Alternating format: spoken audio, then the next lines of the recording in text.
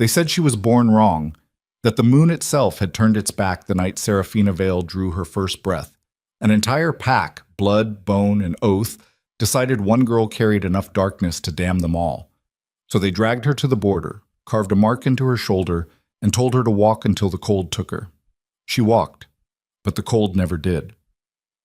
Now, before her story unfolds and changes everything you thought you knew about power, make sure you stay until the very end. Hit that like button and drop your city in the comments.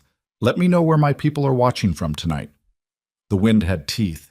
It came howling off the Grayspine Ridge like something starved and furious, scouring the frozen pines until their branches cracked like old bones. Snow fell sideways, thick as ash, blinding everything beyond arm's reach.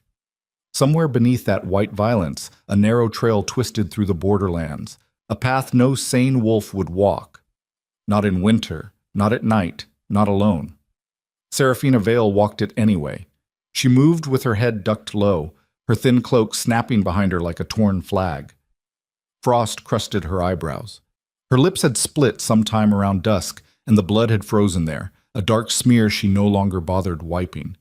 Each breath came out in a short, ragged cloud that the wind snatched apart before it could rise. Her boots, salvaged off a dead trader 3 weeks back, were 2 sizes too big and packed with dried grass for insulation, and still her toes had gone numb hours ago. She did not stop. Stopping was a luxury. Stopping was something people did when they had somewhere to stop. A hearth, a door, a name someone would call out in welcome. Seraphina had none of those things.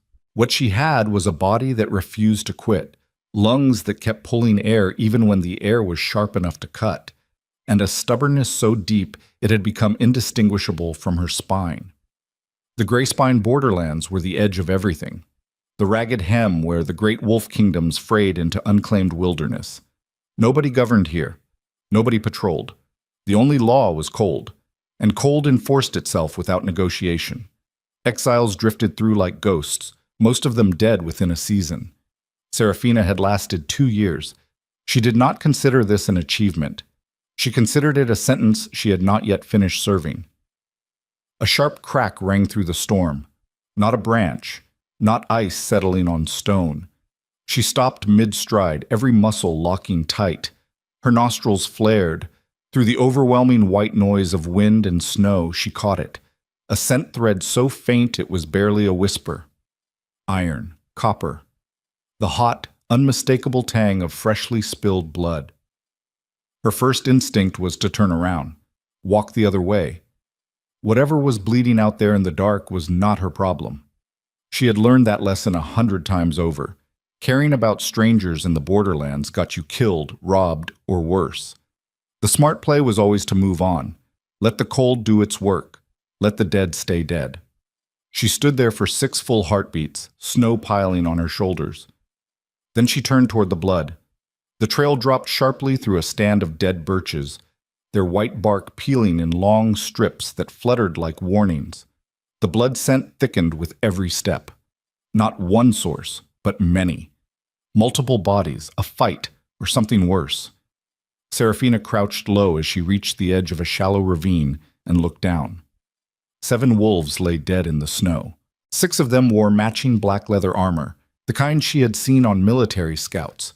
Fitted close, reinforced at the joints, stamped with insignias she could not make out through the crusted blood and frost.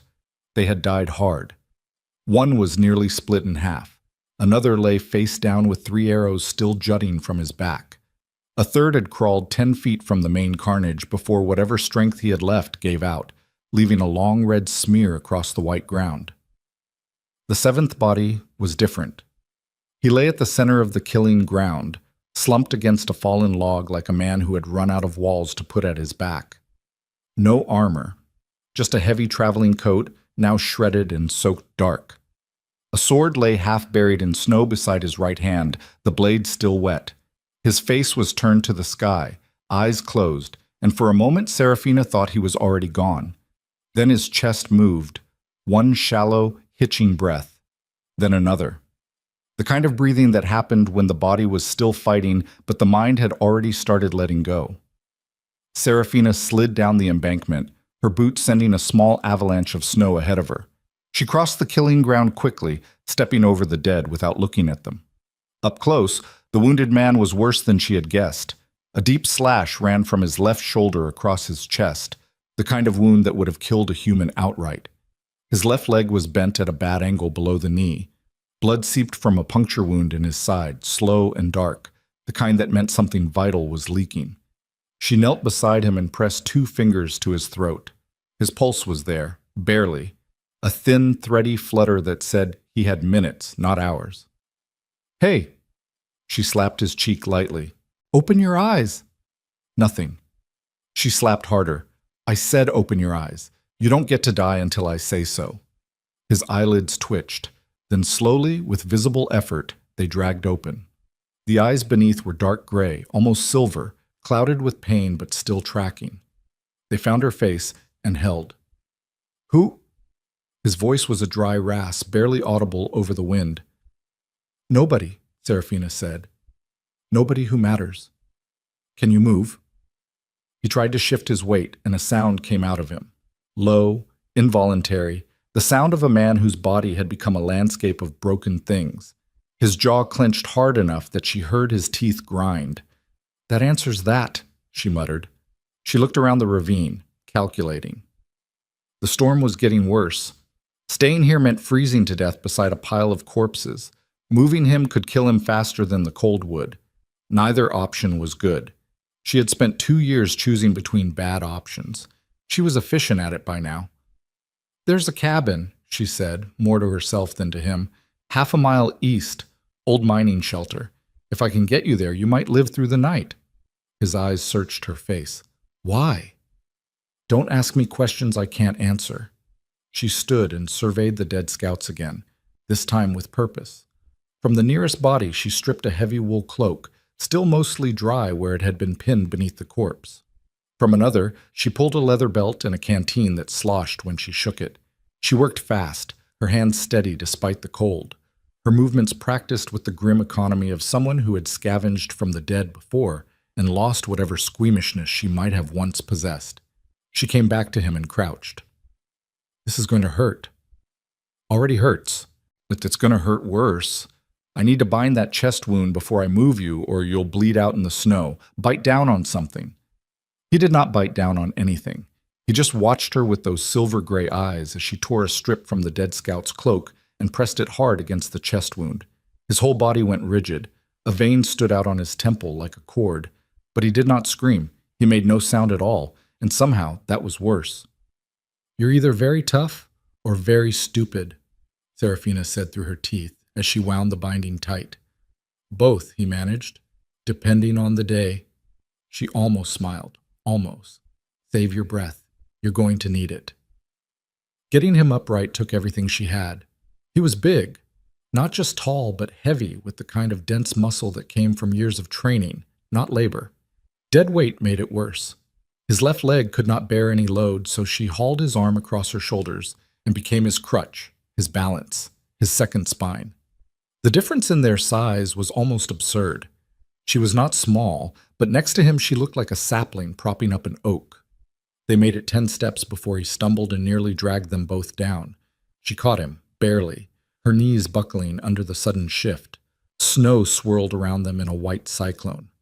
"Keep moving," she growled. "One foot, then the other. That's all there is." "You always this friendly? You always this heavy?" He let out a sound that might have been a laugh if it had not turned into a cough halfway through, dark blood flecking his lips. She pretended not to see it. They both knew what blood from the lungs meant. Pretending was the only mercy she could offer. The half-mile to the cabin took almost an hour. Every step was a negotiation between his failing body and her failing strength. Twice she had to lower him to the ground and rest, crouching beside him in the howling dark with her hands on her knees, gulping air that tasted like iron and ice. Each time she hauled him up again. Each time he let her, which told her more about his condition than any wound could. A man who let a stranger carry him was a man who had run completely out of options. The cabin appeared through the snow like a ghost. A squat, stone-walled structure with a timber roof half caved in on one side. Serafina had sheltered here twice before. It was not much, but it had 3 walls and a roof and a fireplace that still drew. In the borderlands, that qualified as a palace. She kicked the door open and dragged him inside. The interior was dark, freezing, and smelled like old wood and animal dung. She lowered him onto the stone floor as gently as she could, which was not very gently at all. He grunted when his back hit the ground, but said nothing. "Stay conscious," she ordered. "You hear me? Stay awake." She moved fast, kindling from the collapsed section of roof, dry moss from between the stones. A fire steel she carried on a cord around her neck, her most prized possession, worth more than gold out here. Within minutes, she had a small fire crackling in the hearth, its orange light pushing back the darkness and throwing long shadows across the walls. In that light, she got her first real look at him. He was maybe 30, hard to tell with the blood and bruising. Strong-boned face, jaw like an anvil, dark hair matted with blood and snow. Even battered and half dead, there was something about him that spoke of authority. Not arrogance, but the quiet weight of a man accustomed to being the most dangerous person in any room. His hands, even slack and trembling, had the calloused grip of someone who held a sword more naturally than a pen. And his clothes, beneath the blood, the fabric was too fine for a soldier, too well made for a merchant. The traveling coat was lined with wolf fur, the kind that cost more than most families earned in a year. She filed that away and went to work. "I need to look at your side," she said, kneeling beside him. "The chest wound is ugly but shallow. Your ribs stop the blade. The side is what worries me." "You know wounds." "I know how people die out here. That's close enough." She peeled back the layers of ruined clothing and exposed the puncture wound. It was deep, a narrow blade driven in at an upward angle, and the skin around it was already darkening. She pressed carefully, feeling for the depth, and he jerked hard, his hand shooting out to grip her wrist. His fingers were like iron despite the trembling. She met his eyes and held them. "Let go," she said quietly. "Or let me let you die. Those are your choices." He held her gaze for a long moment. Then his fingers uncurled one by one, and his hand dropped. "Smart man." She cleaned the wound with melted snow and packed it with strips of cloth soaked in pine sap. A borderland trick that was crude and agonizing but kept infection at bay better than nothing. He endured it in silence, his jaw clamped shut, sweat beading on his forehead despite the cold. When she set his broken leg using 2 straight branches and more torn cloth, he finally made a sound, a single, harsh grunt that bounced off the stone walls. "Done," she said, sitting back on her heels. "You'll live through the night. Beyond that, I'm not promising anything." He lay still for a while, staring at the ceiling where firelight danced across the old timber beams. When he spoke, his voice was steadier, like the fire had given him something to hold on to. "Those men in the ravine, they were not bandits." "No," Serafina agreed. She fed another piece of wood into the fire. "Bandits don't wear matching armor. Bandits don't carry military-grade weapons. And bandits don't hunt a single target through a storm like that unless someone is paying them very well." He turned his head to look at her. "You're observant." "I'm alive. Out here, that's the same thing." "What's your name?" "Does it matter?" "A man should know who pulled him out of his own grave." She was quiet for a moment, watching the fire. A name was a dangerous thing in the borderlands. A name was a leash. A name was something people could use to find you, to track you, to drag you back into whatever hell you had crawled out of. She had not spoken her own name aloud in over a year. "Sarah," she said finally. Half a name. Enough to answer without giving anything away. "Sarah." He tested it like he was tasting something unfamiliar. "I'm Aldrich." Just Aldrich. No family name, no title. She noticed the omission the way she noticed everything, automatically, without comment. Everyone in the borderlands was running from something. Everyone had pieces of themselves they kept locked away. She did not push. "Well, just Aldrich," she said. "You should sleep. Your body needs to heal, and you're burning through whatever you've got left by staying awake. And if I don't wake up, then you don't wake up. But you didn't survive 6 assassins just to die on a dirty floor because you were too stubborn to close your eyes." That almost laugh again, cut short by pain. 6 assassins. You counted. I counted 7 bodies, 6 in armor. You were the 7th. Math isn't hard. He closed his eyes. She watched his breathing even out, slow and shallow but steady. The fire popped and hissed. Outside, the storm raged on, scouring the mountain with a sound like the world being sanded down to bare rock. Serafina sat with her back against the wall and her knees drawn up, watching the door. She did not sleep. She had not slept soundly in 2 years. Not since the night her own pack had held her down, pressed a heated brand to her shoulder, and cast her out like something spoiled.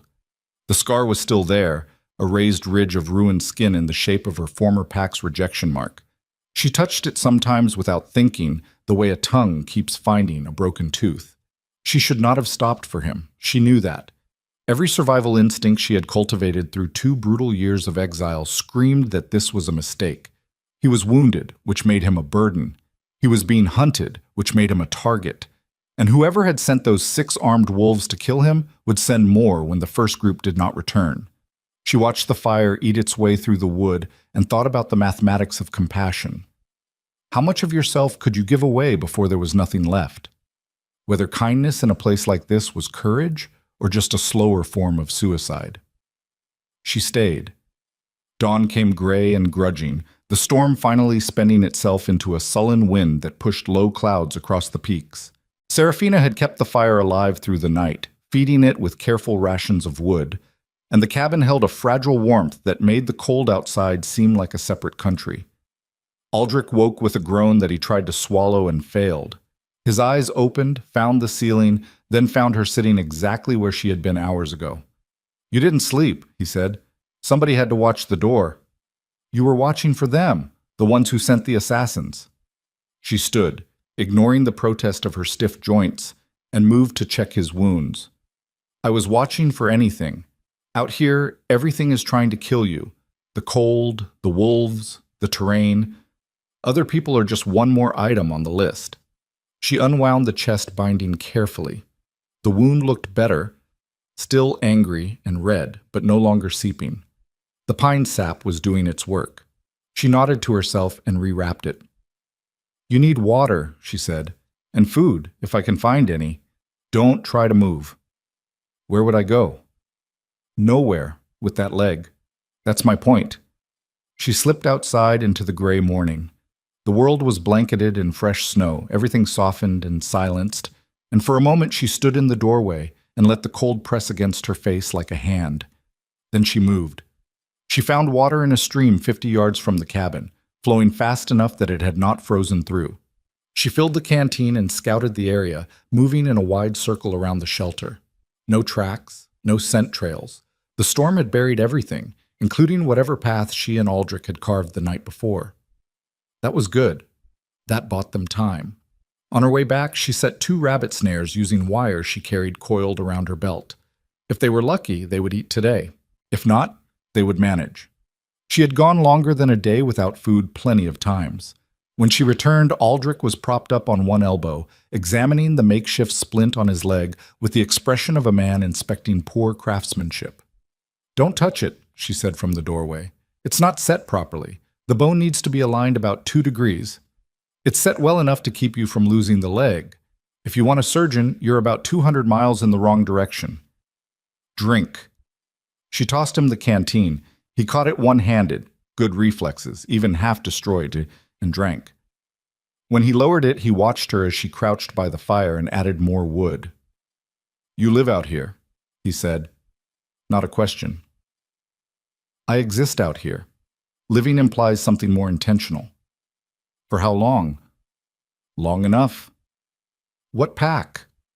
The question hit like a slap, though she did not let it show. Her hands kept moving, arranging the wood, poking the coals. "No pack. That's the whole point of being out here. Everyone has a pack, or had one. And some people were thrown away by theirs. Are we done playing this game?" He was quiet for a moment. She could feel his eyes on her, measuring, calculating. There was an intelligence behind those silver-gray eyes that she found both reassuring and unsettling. This was not a man who missed things. "The brand on your shoulder," he said quietly. "I saw it when you were tending the fire. Ashevale pack, exile mark." Her whole body went still. Then, very slowly, she turned to face him. Her expression was flat, locked down, giving nothing. You know the mark. I know every pack's markings. It's part of my... He stopped, changed direction. I've studied them. Then you know what it means. It means they judged you unworthy, cast you out, declared you dead to the pack. Declared me cursed, she corrected, her voice level and hard. Not just unworthy, cursed. A bad omen. The girl who brought misfortune just by breathing. My mother died birthing me. My father couldn't look at me without seeing her corpse. The elders decided I was the reason, that I had stolen her life to pay for my own. So when I turned 18, they made it official. Ceremony and everything. They held me down, burned the mark, told me if I ever came back, they'd gut me and leave me for the crows. The words came out steady and clean, like she had boiled them down so many times that all the pain had evaporated, leaving only hard, dry fact. It was not true. The pain was still there, buried deep below the scar tissue, a dark well she had learned never to lean over, but she had gotten very good at making it look like it was gone. Aldrich stared at her. Something moved behind his eyes. Not pity, she would have caught that and hated him for it. Something else. Something that looked almost like recognition. That's barbaric, he said. That's the world. The strong decide, the weak endure, or don't. Is that what you believe? That's what I've seen. Beliefs are a luxury. Out here, I deal in evidence.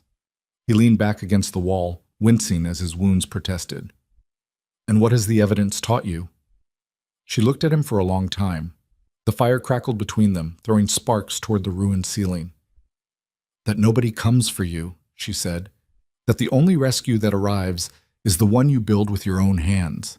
And that the people who talk the most about loyalty are usually the first ones to turn the knife. He did not argue. He did not offer platitudes or reassurances. He just nodded once, like she had confirmed something he already suspected but had never heard spoken aloud. They fell into a rhythm over the next 2 days. It was not friendship. Serafina was too wary for friendship, and Aldrich was too guarded. It was something more functional. A temporary alliance between two damaged creatures who needed each other to survive and were honest enough to admit it without dressing it up in warmer language. She hunted, foraged, kept watch. He healed with a speed that surprised her. Wolf blood ran hot, and his body was knitting itself back together faster than any she had seen. By the second morning, he could sit upright without going pale. By the second evening, he could stand, briefly, leaning against the wall with his teeth gritted and sweat running down his neck. She did not ask him again about who he was. He did not ask her again about her pack. They had an unspoken agreement. The past was a locked room, and neither of them held the key to the other's door. But they talked. In the long hours between tasks, when the fire was burning steady and the cold held at bay, they talked in the way that people do when they have no one else and nothing to prove. You set snares like a professional, Aldrich said on the second evening, watching her skin the rabbit she had caught. Who taught you? Nobody. I watched wolves hunt, studied the trappers who came through in autumn, trial and error, mostly error. I ate a lot of bark the first winter. Bark. Pine bark. The inner layer. It's edible. Tastes like punishment, but it'll keep you alive. He shook his head slowly. 2 years out here alone. Most soldiers I know wouldn't last 2 months. Most soldiers you know have options. They can quit, go home, resign. I didn't have any of those doors. The only option I had was forward. And what's forward? What's at the end of it? She paused her work, the skinning knife still in her hand.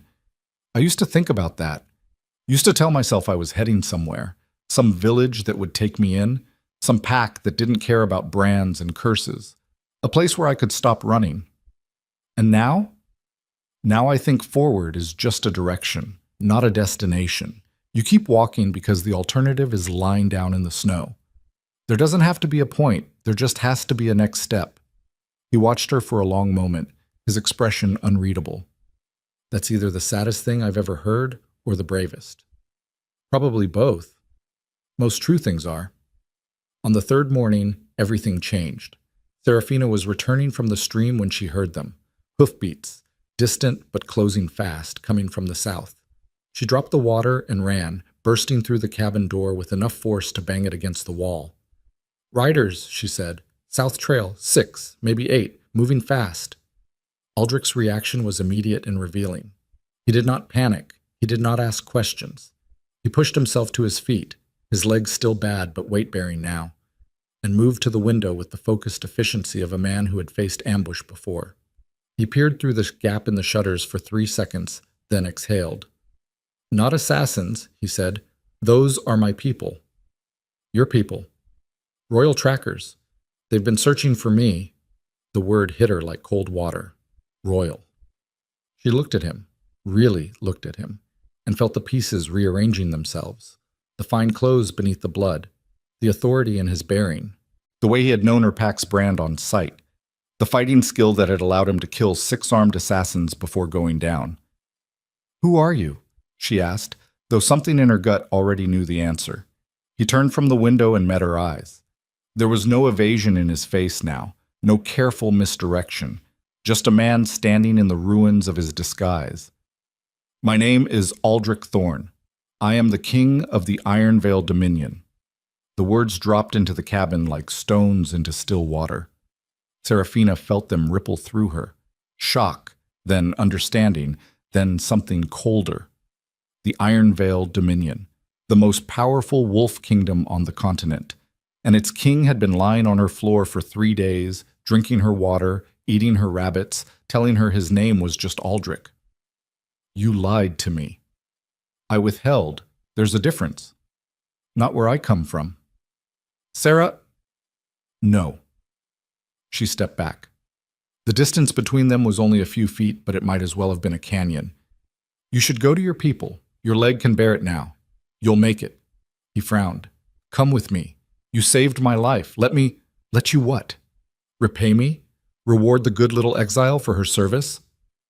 The bitterness in her voice surprised even her. She swallowed it back. "I don't need a king's gratitude. I need to not be here when your royal trackers decide to ask questions about the branded exile standing next to their sovereign. They wouldn't. They would. And you know it. You just told me you know every pack's markings. You know what this brand means to your people, to any pack, cursed, unclean. I'm the thing wolves whisper about to scare their children. You think your royal guard is going to shake my hand?" He stared at her, and she could see him struggling, the king in him warring with whatever else had grown between these walls over 3 days. She did not give him time to resolve it. She pulled the silver pendant from inside her shirt, a small worn disc on a leather cord, the only thing she had carried out of the Ashvale territory.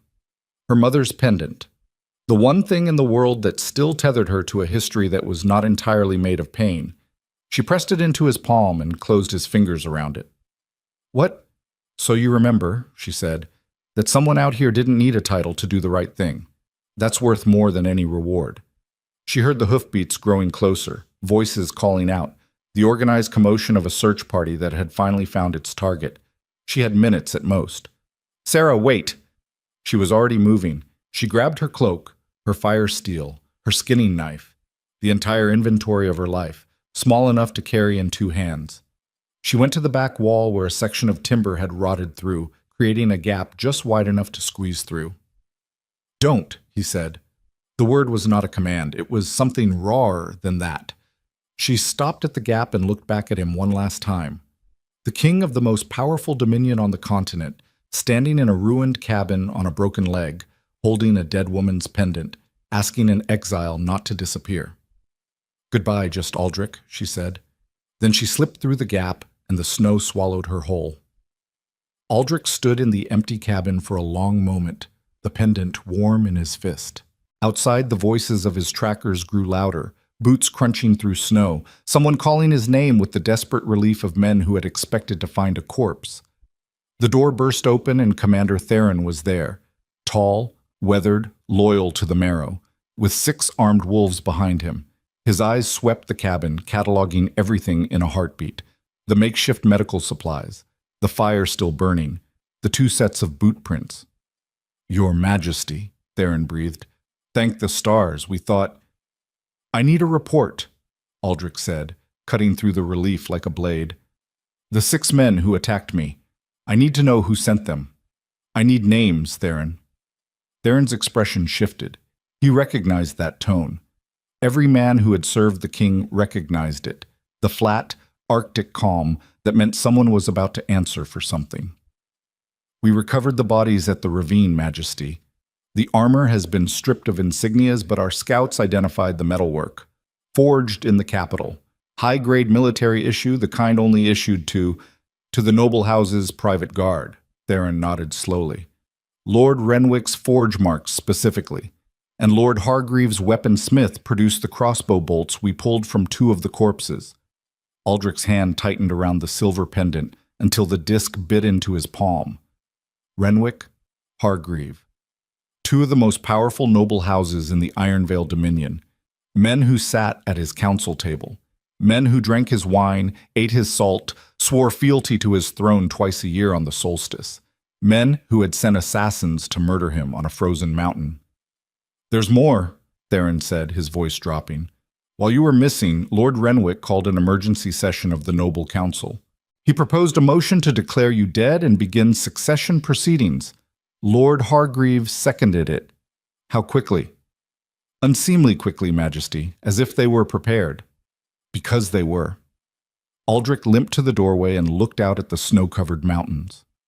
Somewhere out there, a woman with a brand on her shoulder and nothing to her name was walking alone into the wilderness. A woman who had pulled a king out of his grave without knowing what he was and without wanting anything in return. And back in his capital, men born to privilege and power were carving up his kingdom while the blood on their hands was still wet. Get me a horse, Aldrich said. We ride for the capital tonight. Majesty, your wounds will keep, this won't. He opened his hand and looked at the silver pendant. Small, simple, scratched and worn by years of handling. Worth nothing by the standards of the court. Worth everything by the standards of the woman who gave it. He closed his fist again and turned to his commander. One more thing, Theron. When I was attacked, I was found by someone. A lone wolf, living in the borderlands. She saved my life, kept me alive for 3 days, and vanished before you arrived. He paused. I want her found. Description? Aldrich hesitated. Dark hair, sharp eyes, hands that could set a bone and skin a rabbit and start a fire from nothing. A voice like a blade wrapped in cloth, an exile's brand on her left shoulder, and a survivor's iron in every word she spoke. She's an Ashvale exile, he said. Carries their rejection mark. Goes by Sarah. That's all I know. Theron's expression flickered. Just a fraction, just enough. An Ashvale exile. A branded wolf. The kind of creature that decent society pretended did not exist. Aldrich saw the flicker and filed it away. Find her, he repeated. That's not a request. Theron straightened. Yes, Majesty. Aldrich took one last look at the cabin. The dead fire, the blood-stained floor, the gap in the back wall where she had disappeared. 3 days. 3 days in which a stranger had shown him more raw, uncompromising decency than his own noble council had shown in years. 3 days in which the most powerful man in the Ironvale Dominion had been utterly powerless, and an exile with nothing had given him everything. He stepped out into the cold and did not look back.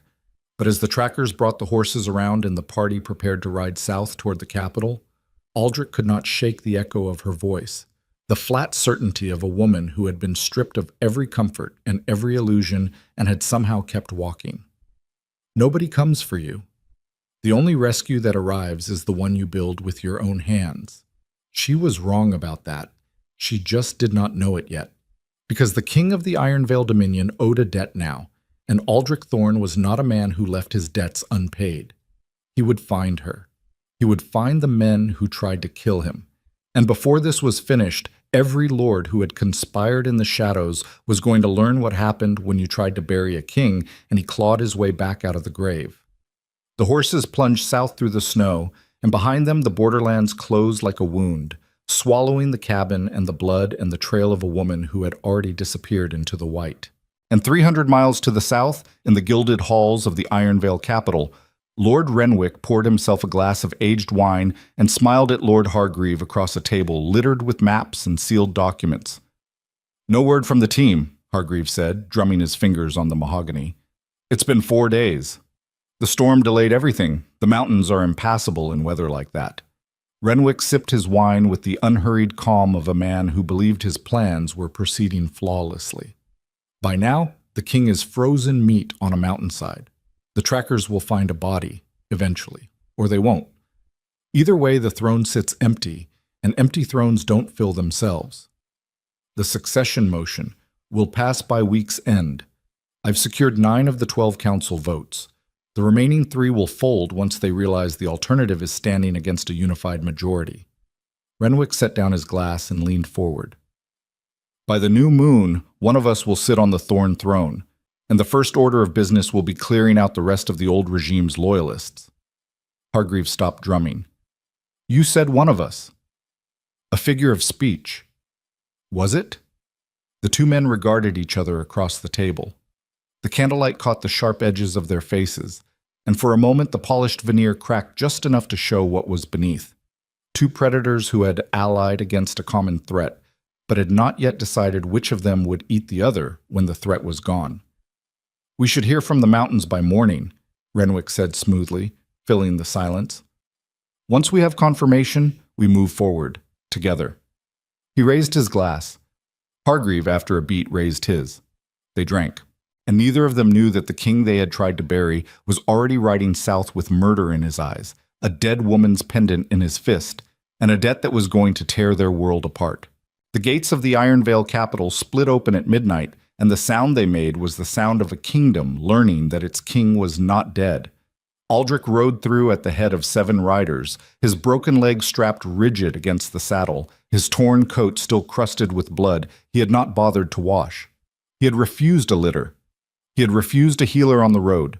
He had refused to stop for rest, for water, for anything except to change horses twice when the animals started to falter. 300 miles in 2.5 days, and every mile had sharpened something inside him until it was fine enough to cut. The capital was called Thornhold, a fortress city carved into the face of a granite mountain, its towers rising like black teeth against the night sky. Torch-lit battlements, iron-banded gates, a city built by wolves who understood that beauty was a luxury and survival was an architecture. Aldrich had been born here. He had buried his father here. He had taken the throne in the Great Hall when he was 23 years old, standing on a stone floor stained with 1,000 years of spilled blood, and sworn to hold the realm together or die in the attempt. Someone had decided to test the second half of that oath. Word spread through the city like fire through dry grass. The king lives, the king rides, the king has come home with blood on his clothes and something terrible in his eyes. By the time Aldrich reached the inner keep, the courtyard was lined with soldiers who had been roused from sleep, their faces a patchwork of relief and fear. Relief because their sovereign was alive. Fear because they could see what his survival had cost him, and they understood that cost would now be redistributed.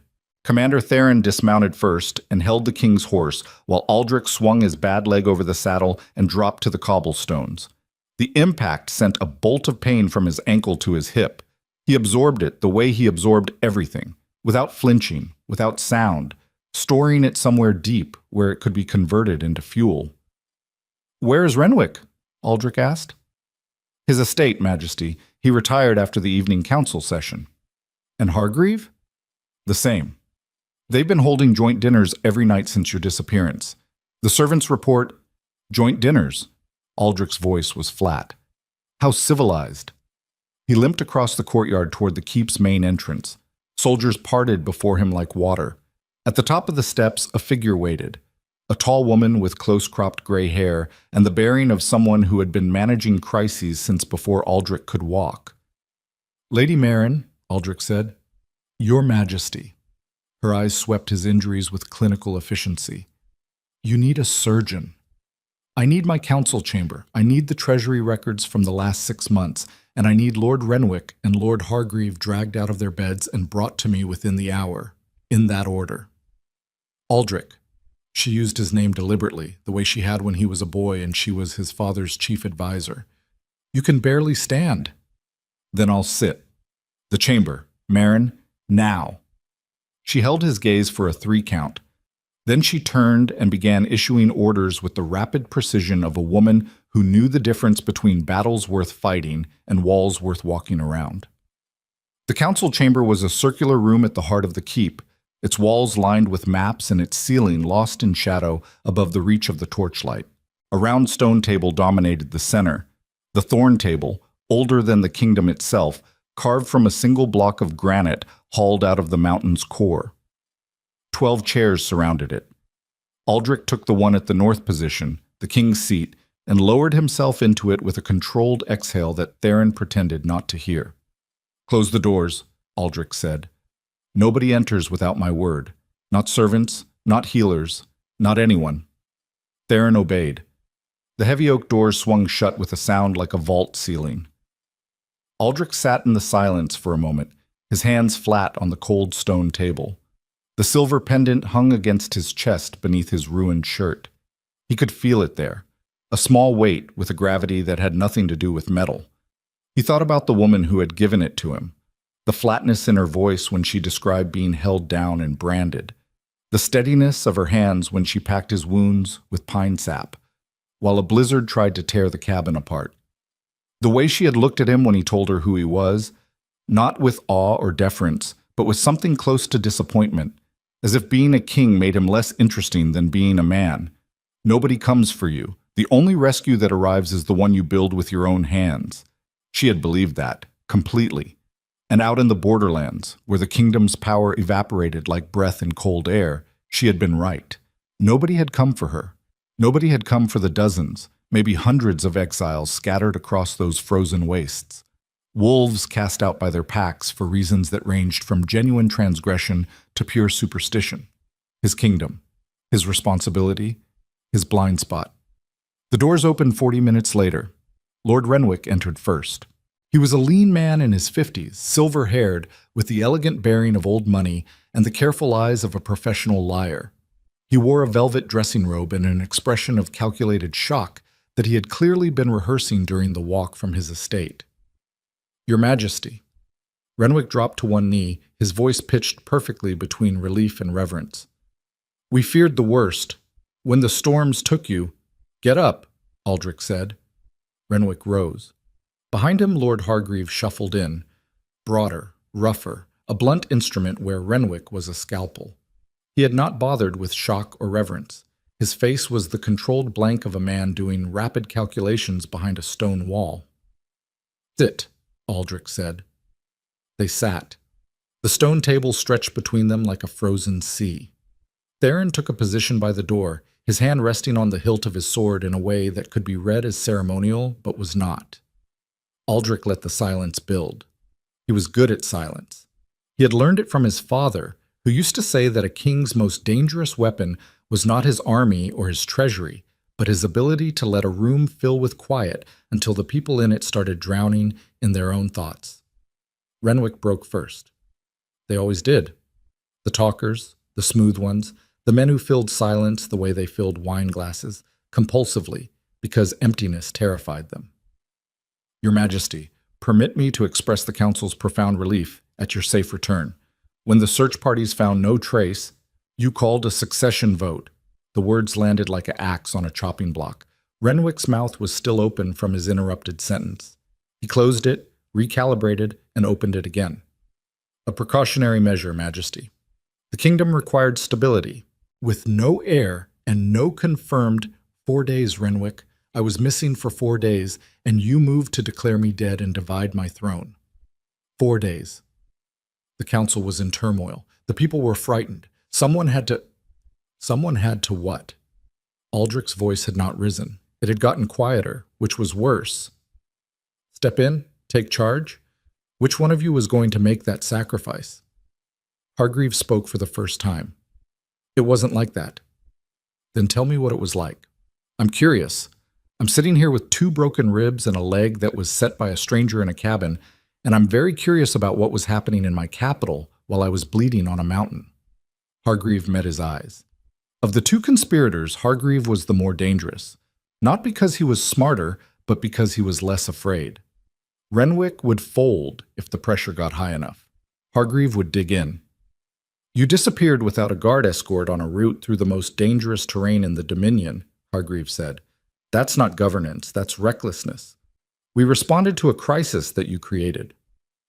A crisis I created. Aldrich leaned forward. Tell me about the 6 men who tried to kill me, Hargreave. The ones wearing military-grade armor forged in capital smithies. The ones carrying crossbow bolts stamped with your weapon master's mark. Tell me about the crisis they created. The room went very still. Renwick's face had gone the color of old parchment. Hargreave's jaw tightened, but his eyes did not waver. That confirmed it, as clearly as any confession could. A guilty man who panics can be reasoned with. A guilty man who steadies himself has already decided how far he is willing to go. I don't know what you're suggesting, Hargreave said evenly. I'm not suggesting anything. Suggestions are for diplomats.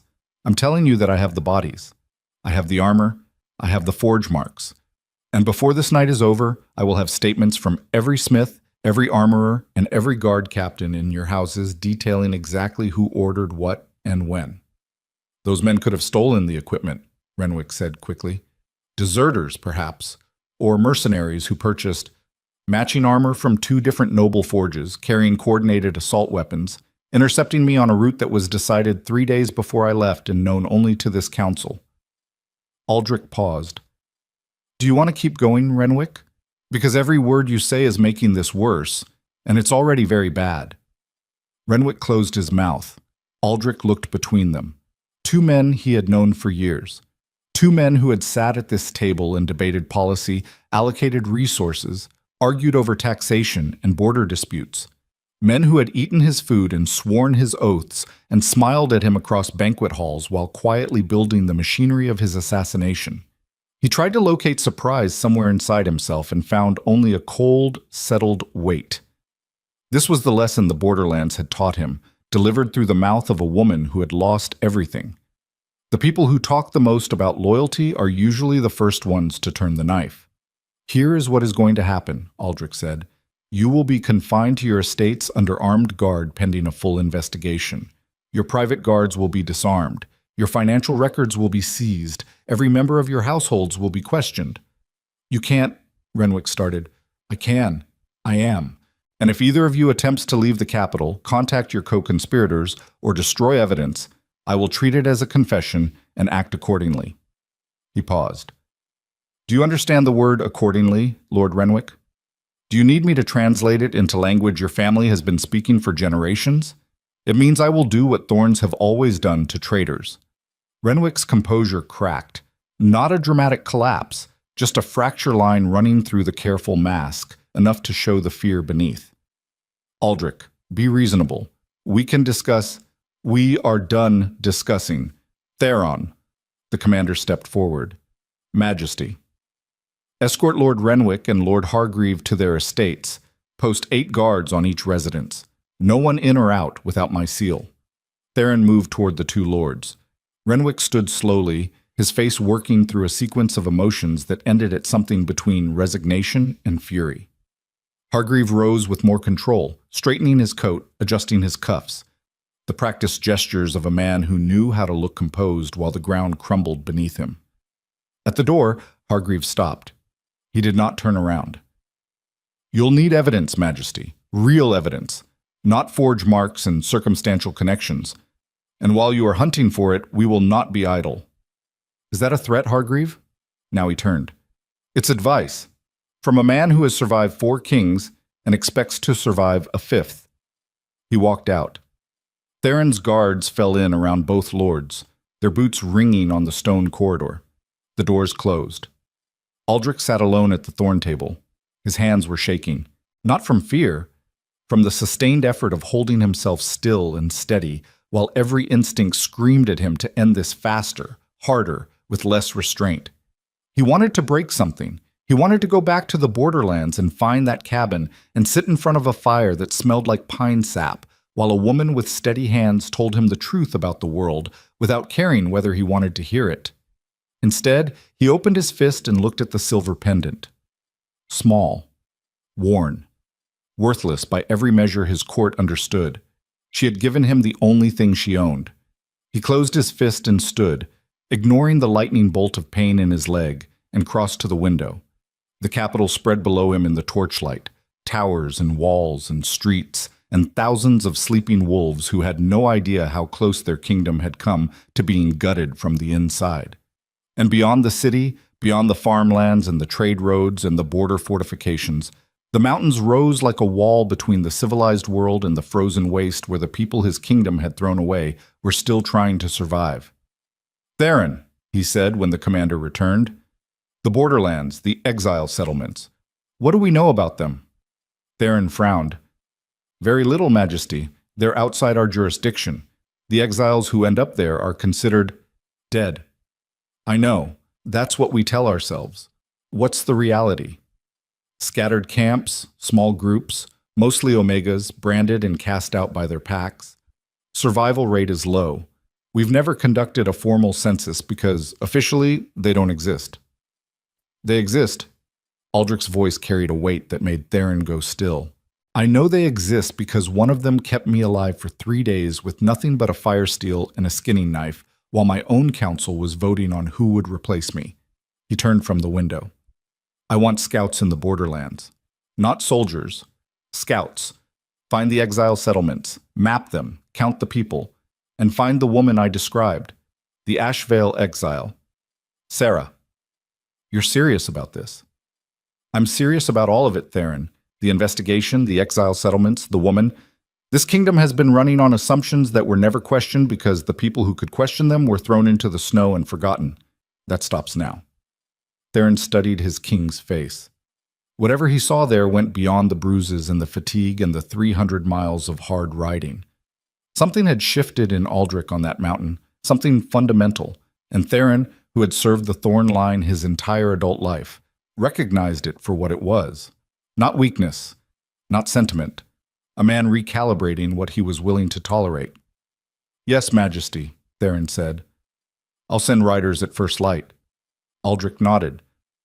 "And Theron, the investigation into Renwick and Hargreave. I want it run quietly. They said they wouldn't be idle, and I believe them. Whatever network they built to arrange my assassination didn't die in that ravine. The 6 men in the snow were tools. I want the hands that held them." "Understood." Theron left. The chamber fell silent. Aldrich stood at the window until the eastern sky began to lighten from black to the dark gray that passes for dawn in a mountain kingdom. He had not slept in 3 days. His body was a catalog of damage, the chest wound pulling with every breath, the leg throbbing in time with his pulse, the deep bruising along his ribs making each inhale feel like a negotiation. A surgeon would have told him he was running on nothing. A healer would have ordered bed rest and bone-knit poultice and weeks of recovery. He did not call the surgeon. He did not call the healer. He called Lady Marin instead, and when she arrived at dawn with the treasury records he had requested, her face tight with the particular exhaustion of a woman who had been awake all night managing the political aftershocks of a resurrected king, he asked her a question that she did not expect. "The exile system, the branding, the pack ejections, how long has this been standard practice across the Dominion?" Marin set the records on the table slowly. "Generations, Majesty. It predates the Thorn dynasty.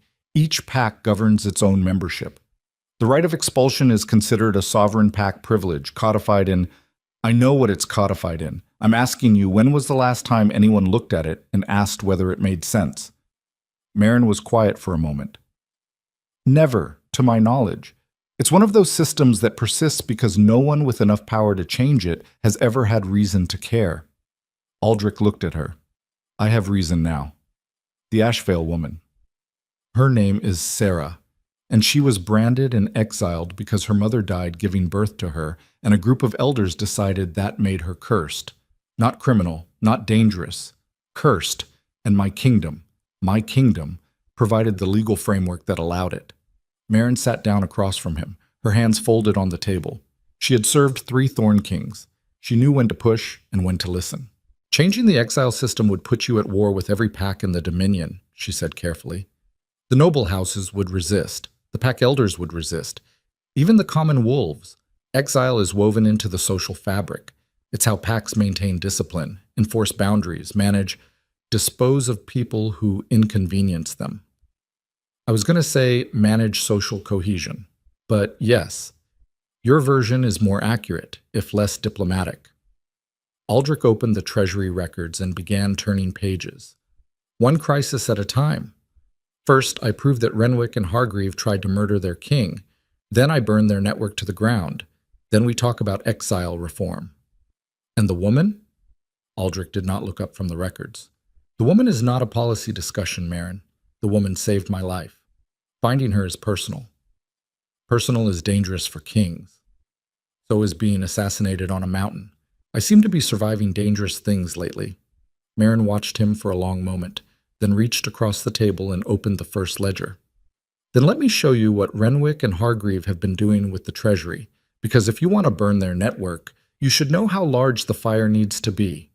She turned to a page filled with columns of figures, each entry marked with the coded shorthand of the Dominion's financial system. Aldrich leaned forward. The numbers told a story that words would have dressed up and softened, a story of diverted funds, falsified expenditures, and a shadow treasury that had been siphoning the kingdom's wealth for years.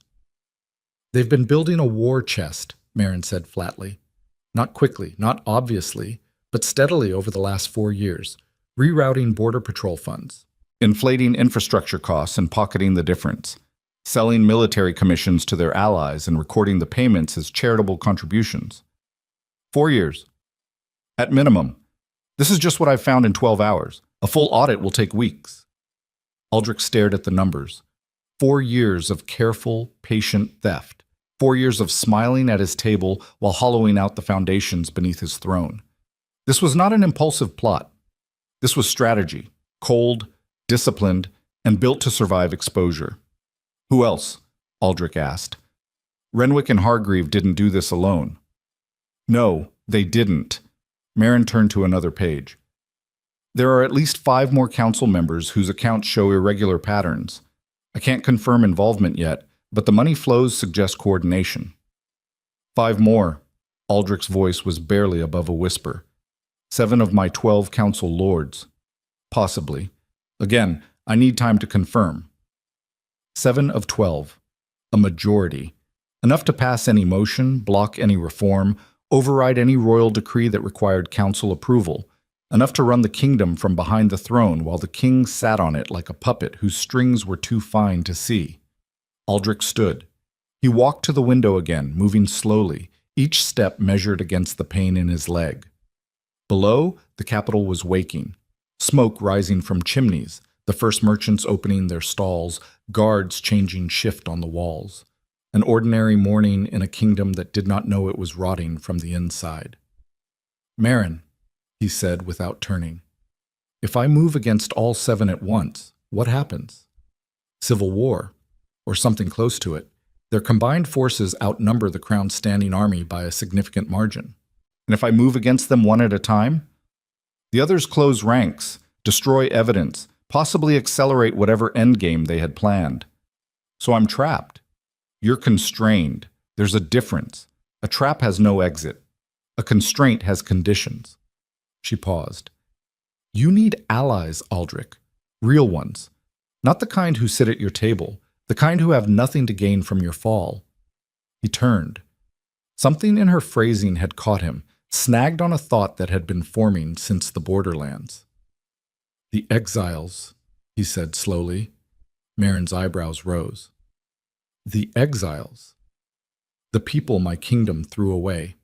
The ones living in the frozen margins with nothing. No land, no title, no stake in the power games that built this conspiracy.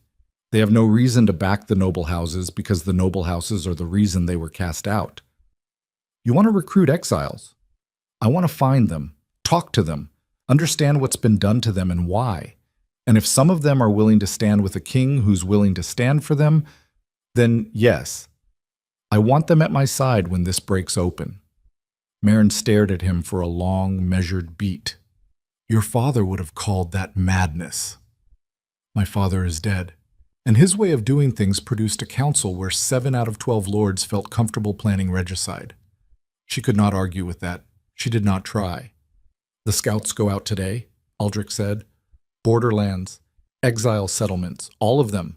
And I want the woman found, Marin, before anything else. Why her? You said there were hundreds of exiles. Why is she... Because she didn't have to save me. She had every reason to let me die. A king's kingdom threw her away, and when she found a king bleeding in the snow, she still pulled him out. If that kind of loyalty exists in the people we've discarded, imagine what else we've been throwing away. Marin was silent for a long time. Then she gathered the ledgers, stood, and walked to the door. "I'll have the scouts briefed by noon," she said. "And Aldrich, whatever you're planning, plan it fast. Hargreave was right about one thing. They will not be idle." She left. Aldrich stood alone in the council chamber, surrounded by 12 empty chairs, 7 of which belonged to men who wanted him dead. The morning light crept across the thorn table like a slow blade, illuminating the ancient stone, the carved runes, the dark stains that might have been wine, or might have been something older. He reached beneath his shirt and pulled out the silver pendant, held it up in the light. A simple disc, scratched and worn. A dead woman's keepsake given away by a living woman who had nothing else. Somewhere in the borderlands, Seraphina Vale was walking alone through the snow, carrying everything she owned in 2 hands, believing that nobody was coming for her. She was wrong, but 300 miles of frozen wilderness separated the king from the exile, and in the capital, 7 lords were about to learn that their conspiracy had been discovered, and cornered men with private armies and shadow treasuries did not go quietly. The game had started, and the first move belonged to the wolves who had already tasted blood. The scouts returned on the 9th day, and they did not return alone. Theron brought the report himself, which told Aldrich everything he needed to know before the commander opened his mouth. Theron delegated routine intelligence. He delivered the kind that changed things. "We found 7 settlements," Theron said, spreading a hand-drawn map across the thorn table, scattered across the northern borderlands, mostly in valleys sheltered from the worst of the wind. Total population, best estimate, somewhere between 300 and 400 wolves. Aldrich studied the map. 7 clusters of marks, each one representing a group of people his kingdom had decided were worth less than the effort of acknowledging. 300 to 400 lives reduced to ink dots on rough paper. Conditions? Theron's jaw worked before he answered. "Bad, Majesty. Worse than bad. They're surviving on trapped game and foraged roots. No medical supplies, no infrastructure. Shelters made from whatever they can scavenge. Canvas, timber scraps, animal hides. I've seen military camps after a 3-month siege that looked better provisioned. And the woman, Sarah." Theron reached into his coat and produced a second piece of paper. A smaller map, a single location marked with a careful X. The largest settlement, about 200 wolves, a place they call the Hollow, a natural basin at the base of the Gray Spine, shielded on 3 sides by cliff walls. "She's there." My scouts confirmed it. She's become something of a figure among the exiles. Not a leader exactly, but the one they go to when someone is hurt or sick. She runs their only healing tent. Aldrich stared at the mark on the map. 200 people huddled in a frozen basin, and the woman who had saved a king with nothing but pine sap and stubbornness was now keeping them alive the same way. He pressed his thumb against the pendant beneath his shirt and felt its edge dig into his skin. "I'm going," he said. "Majesty, don't argue with me, Theron, not about this." "I wasn't going to argue. I was going to tell you that you can't go with a full escort. The exiles scatter when they see armed riders. My scouts had to approach on foot, unarmed, to get within speaking distance. These people have spent years running from wolves in armor. Showing up with a column of soldiers would empty the hollow before you got within a mile of it." Aldrich absorbed that. The image sat heavy in his chest. Hundreds of people so damaged by the system he governed that the sight of his own soldiers triggered flight, not defiance, not anger, flight. The instinct of creatures who had learned that power only ever came for them in one direction. "Small party," Aldrich said. "You, me, 2 riders. No armor, no banners." "That's dangerous. Renwick and Hargreave are confined, but their network is exactly why I need to do this now, before they figure out what I'm planning, before they have time to reach the borderlands first." Theron studied him. "You think they'd target the exiles? I think men who tried to assassinate their king won't hesitate to slaughter a camp full of branded wolves if it serves their purpose. The exiles are witnesses to everything the noble houses have been doing for generations. Every unjust branding, every fabricated curse, every pack elder who sold an exile decree to the highest bidder. Those stories live in the borderlands because that's where the people who carry them were thrown. If Renwick's network realizes I'm looking at exile reform, the first thing they'll do is make sure the witnesses disappear. Theron was quiet for a long moment. Then he folded the map and tucked it into his coat. We leave at dawn. They left before dawn, actually. 4 riders in unmarked coats, moving north through the pre-light gray like ghosts. Aldrich's leg had healed enough to ride without the rigid splint, though it ached with a deep, grinding persistence that he had stopped noticing the way a man stops noticing the sound of his own breathing. Pain was just the body keeping score. He had bigger accounts to settle. The ride north took 3 days. The landscape changed as they climbed, farmland giving way to forest, forest giving way to sparse, wind-blasted pine, and then the tree line falling away entirely until there was nothing but rock and snow and the vast, indifferent sky. The borderlands, the edge of everything. The last time he had been here, he had been bleeding to death in a ravine. This time he rode through it upright, alive, and carrying the full weight of what he now understood about his kingdom. Every mile north was a mile away from the infrastructure that made civilization possible. Roads became trails. Trails became suggestions. The cold deepened from uncomfortable to adversarial, a physical presence that pressed against exposed skin like a hand trying to push them back. This was where his kingdom sent the people it wanted to forget. This was the punishment for the crime of being inconvenient. On the 3rd afternoon, they crested a ridge and looked down into the hollow. It was exactly as Theron had described. A natural basin, maybe half a mile across, ringed on 3 sides by granite cliffs that blocked the worst of the wind. The 4th side opened onto a frozen valley that served as the only entrance. Inside the basin, clustered against the cliff walls for shelter, was a settlement that looked like something assembled from the wreckage of a dozen different disasters. Canvas tents patched with animal hides. Lean-tos braced against the rock face. A communal fire pit at the center, its smoke rising in a thin column. Figures moving between the structures, small, hunched, wrapped in layers of whatever they had managed to salvage. From this distance, they looked less like a community and more like the aftermath of something. Aldrich sat his horse and looked at it for a long time. Theron waited beside him, saying nothing. "This is what we made," Aldrich said finally. His voice was very quiet. "This is the product of our system, our laws, our sovereign pack privileges." He dismounted and handed his reins to one of the riders. "Stay here. Theron, with me, on foot, no weapons visible." They descended the ridge on foot, moving slowly, hands open at their sides. Aldrich felt exposed in a way that had nothing to do with the absence of armor. He had walked into hostile councils, faced down challenges to his throne, stood on battlefields where the ground shook with the charge of 1,000 wolves. None of that had made him feel as naked as walking unarmed into a camp full of people his kingdom had brutalized. They were spotted 100 yards out. A lookout. A young wolf perched on a rock outcropping with the wired alertness of a creature that lived at the edge of constant threat. The lookout whistled, a sharp 2-note signal, and the camp erupted into controlled motion. Not panic. Something more practiced than panic. The organized dispersal of people who had rehearsed for exactly this moment. Women scooped up children. Men moved to the camp's perimeter, forming a loose barrier with their bodies. Not armed, not aggressive, just present. A wall of scarred, branded, discarded wolves who had nothing left to lose and knew it. Aldrich stopped walking. He raised both hands, palms out. "I'm not here with soldiers," he called out, his voice carrying across the cold air. "I'm not here with authority. I'm here to talk." No one moved. No one spoke. 200 sets of eyes stared at him from behind that living wall, and in every pair he could read the same thing. The blank, careful evaluation of people deciding whether the latest threat was going to kill them now or later. Then the wall parted.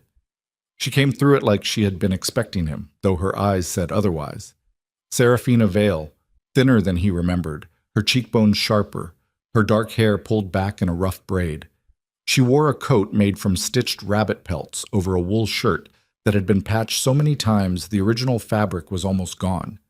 Her hands were chapped and red. Her boots were held together with wire. She stopped 10 feet from him. The wind blew between them, carrying snow crystals that caught the failing light. "You shouldn't be here," she said. "You shouldn't be here either, and yet." Her jaw tightened. She looked past him to Theron, assessed him in a heartbeat, then brought her eyes back to Aldrich. "How did you find this place?" "I sent scouts." "To find me?" "To find all of you. Every exile settlement in the borderlands. 7 camps, 300 to 400 people, living like this." He gestured at the camp behind her. "Living in conditions I wouldn't tolerate for prisoners." "We're not your prisoners." "No, you're my responsibility, whether you want to be or not." Something flickered across her face. Surprise, maybe, or anger, or the complicated mix of both that happens when someone offers you the thing you stopped believing existed. She controlled it quickly, her expression resettling into the guarded flatness he recognized from the cabin. "Come inside," she said. Not an invitation, a concession. She led him through the camp, and what he saw dismantled every assumption he had carried from the capital. These were not savages. These were not the dangerous criminals and cursed outcasts that pack mythology described. He passed a woman teaching 3 children to write letters in the dirt with sticks. He passed an old man mending a fishing net with fingers so arthritic they could barely close. He passed a teenage wolf with a healer's apron, grinding herbs with a mortar that was just a flat rock and a round stone. And he saw the brands. Every single person in the camp carried one, burned into shoulders, forearms, necks. Each one different, each one marking the pack that had cast them out. A catalog of rejection written on living skin. Serafina brought him to the healing tent, a larger structure near the cliff wall, its canvas walls lined with dried moss for insulation. Inside, 3 patients lay on straw pallets. One was coughing, the deep wet sound of a chest infection that would kill without medicine. Another had a leg wound wrapped in the same pine sap bandages she had used on Aldrich. The third was a child, maybe 8 years old, sleeping fitfully under a thin blanket. "This is what you came to see," Serafina said. "This is the reality your kingdom created and forgot about." Aldrich looked at the sick child, at the makeshift supplies, at the woman standing beside him who had been thrown away by everything and everyone and had responded by building a healing tent out of nothing. "I didn't forget," he said. "I didn't know. That's worse." "Is it?" "Yes, forgetting is human. Not knowing is negligence. A king who doesn't know what his kingdom does to its weakest members isn't ignorant. He's complicit." She stared at him. He could feel her testing those words, pressing on them the way she would press on a wound to check its depth. Looking for the hollow places where rhetoric lived without substance behind it. "Pretty words," she said. "Kings are good at those." "I'm not here with words, Sarah. I'm here because 7 of my 12 council lords conspired to murder me. And the reason they felt safe doing it is because they've spent years building a system that throws away anyone who threatens their power. You. These people. Anyone who doesn't serve the machine. I came here because I need to understand what they built before I can tear it down. You came here because you need allies." The directness hit him like a fist. She had always been like this, so no padding, no cushion, just the bare edge of truth delivered without apology. "Yes," he said, "that too." "At least you're honest about it." She walked to the tent's entrance and pulled back the flap. The camp stretched before them in the fading light, 200 lives clinging to existence in a frozen basin. "These people don't trust you," she said. "They don't trust anyone who comes from behind those mountains. Every single one of them was betrayed by the system you represent, burned, cast out, told they were nothing. Some of them are here because their pack elders wanted their land. Some because they refused to mate with someone chosen for them. Some because they were born wrong.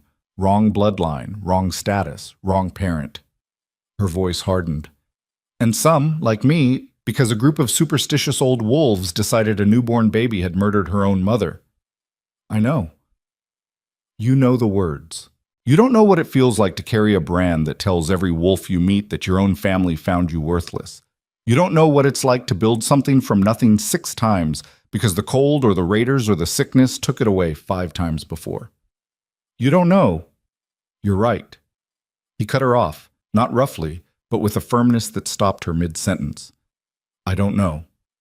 I have never been exiled. I have never been branded. I have never gone hungry, or slept in the snow, or eaten bark to survive. I am a king, and a king's suffering is a different species entirely from yours. I am not standing here pretending otherwise. He took a step closer. But I am standing here, not sending a messenger, not issuing a decree from 300 miles away.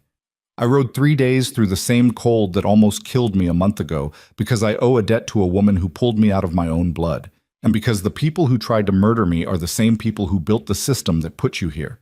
Those two facts are connected, Sarah. They're the same rot in the same wood, and I cannot fight one without fighting the other. The wind gusted through the tent flap, carrying the smell of smoke and frozen pine. Serafina stood with her arms crossed, her weight on her back foot. The stance of a woman deciding whether to open a door or barricade it. Before she could answer, the lookout's whistle cut through the dusk. Not the 2-note alert from before. 3 notes, rising, urgent. The sound sent the camp into immediate motion. The same practiced dispersal she had seen earlier, but faster, sharper, with an edge of real fear underneath it. Serafina pushed past Aldrich and was outside in 2 strides. He followed, his legs screaming as he forced it to match her pace. At the basin's entrance, Theron was already on his feet, his hand on the sword he had kept hidden beneath his coat. Riders on the ridge, not 4, not 8. At least 30, arrayed along the crest in a dark line against the gray sky, their silhouettes jagged with weapons and armor. They carried no banners, but they did not need to. The formation was military, the intent was unmistakable. Theron reached Aldrich's side, his face tight. Those aren't ours. No. Renwick's private guard, or Hargreaves. Possibly both. At the exile settlement, 3 days after I left the capital, Aldrich's mind moved through the implications at combat speed. Someone had told them. Someone in the castle, someone close enough to know his route and his destination, had sent word to the confined lords or their network. The house arrest had been a sieve, not a seal. How did they get past our patrols? Theron's face told him the answer before the words came. They didn't get past our patrols, Majesty. They came through them. The betrayal landed with the dull, heavy impact of something he should have anticipated but hadn't. Not just Renwick and Hargreave, not just 7 council lords. The corruption reached into his military, into the very soldiers he had trusted to contain the threat. The net was wider than he had imagined, deeper than Marin's ledgers had shown, and it had been closing around him long before the assassins on the mountain. Serafina was beside him. She looked at the riders on the ridge, then at him, and her eyes held no surprise. Only the bleak recognition of a woman who had always known that power came for you eventually. They're here for the settlement, she said. For the witnesses. Yes, and for you. Yes. 30 armed soldiers against an unarmed camp and a king with a bad leg and 1 sword between his party. She paused. Your kingdom followed you here, Aldrich. The part of it that wants you dead, anyway. The riders began descending the ridge. They moved in disciplined formation, spreading wide to cover the basin's only exit. No haste, no urgency. The unhurried advance of men who believed their outcome was already decided. Aldrich looked at the camp behind him. 200 people who had survived everything his kingdom had thrown at them, who had built a life from scraps in the coldest corner of the world, who had every reason to run and no reason to fight for a king who had only just learned they existed. He looked at Serafina, who stood between the camp and the approaching soldiers with her feet planted and her fists at her sides, a woman with no weapon and no armor and nothing left to lose except the people she had spent 2 years keeping alive. And he understood, with a clarity that felt like a blade entering his chest, that every choice he had made, every diplomatic calculation, every careful political move, every compromise with the noble houses that had kept his throne stable and his conscience clean, had led to this exact moment, a frozen basin, an unarmed camp, and 30 killers riding down a hillside to erase everything. The old Aldrich, the politician, the strategist, the king who governed by consensus and managed power through balance, that man had tools for this situation. Negotiate, delay, offer concessions, find the angle that let everyone walk away with something. That man was useless here. Theron, Aldrich said. His voice had changed. Something in it had dropped away. The measured cadence of a ruler, the careful weight of a man who chose his words for maximum diplomatic effect. What remained was rawer, harder. The voice of a man standing on a line he had just decided never to retreat from. Majesty. Give me your sword. Theron drew the blade and handed it over without hesitation. Aldrich took it in his right hand, feeling the weight of it, the balance. His body protested, the ribs, the leg, the half-healed chest wound pulling with every breath. He told his body to shut up. His body, for once, obeyed. He turned to Seraphina. Get your people to the cliff wall. Anyone who can't fight, put them in the healing tent. Anyone who can, tell them this is their home, and tonight they decide whether to keep it. She looked at him for a long beat. Something passed between them that was not spoken and did not need to be. The silent understanding of two people who had both run out of ground to give. You're going to fight 30 soldiers, she said, with one sword and a broken leg. I'm going to fight for 200 people who were told they weren't worth fighting for. The math is secondary. She turned and moved into the camp, her voice rising sharp and clear. Not the quiet, careful voice of the healing tent, but the hard-edged command of a woman who had been forged in the same fire that was now coming to consume them all.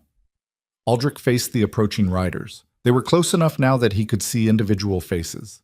Helmeted, professional. The blank expressions of men doing a job. Behind them, the ridge was darkening as the last light drained from the sky. He planted his feet in the frozen ground. He raised the sword. And for the first time since he took the throne, the king of the Ironvale Dominion stopped governing and started fighting. Not for his crown, not for his council, not for the careful architecture of power that had defined his entire reign, but for the people that architecture had crushed. The first rider reached the basin floor and spurred his horse forward. Aldrich did not wait. He did not negotiate. He did not offer terms. He went to meet them. The first rider died before he understood what was happening. He came in fast on a dark horse, lance leveled, expecting a wounded king to stumble or flinch or do any of the things a man with a broken leg and a borrowed sword was supposed to do when 30 armed soldiers bore down on him. Aldrich did none of those things. He sidestepped the lance by inches, felt the wind of it brush his cheek, and brought Theron's sword up in a tight arc that caught the rider across the thigh where the armor gapped. The man screamed and pitched sideways out of the saddle, his horse careening past into the basin. The lance clattered to the frozen ground, and Aldrich kicked it behind him without looking. The second rider was smarter. He pulled up short, dismounted, drew his blade. Professional. Controlled. The stance of a man who had been trained to kill on foot and understood that horses were a liability in close quarters against someone who knew where the gaps were. Aldrich met him blade to blade and felt the impact travel through his arms and into his ribs, where the half-healed fractures lit up like someone had driven nails between them. His vision whited at the edges. He drove through it the way he drove through everything. Forward, harder, refusing to acknowledge the damage, because acknowledging it meant accepting it, and acceptance was a form of surrender he had never learned. 3 more dismounted. They came at him in a loose semicircle, the disciplined spacing of soldiers who had trained together and knew how to corner a single opponent without getting in each other's way. Good tactics. Sound formation. The kind of approach that worked against an enemy who was thinking about survival. Aldrich was not thinking about survival. He was thinking about 200 people behind him who had already survived things worse than this, and about a woman with chapped hands and a rabbit pelt coat who was right now pushing children toward the cliff wall because his kingdom had followed him here to finish what it started. He broke their formation by doing the one thing they did not expect. He attacked. Not the nearest man, but the one on the far left, lunging past the center fighter's guard, taking a shallow cut across his shoulder that he barely felt, and driving his blade into the gap between the left soldier's breastplate and shoulder guard. The man dropped.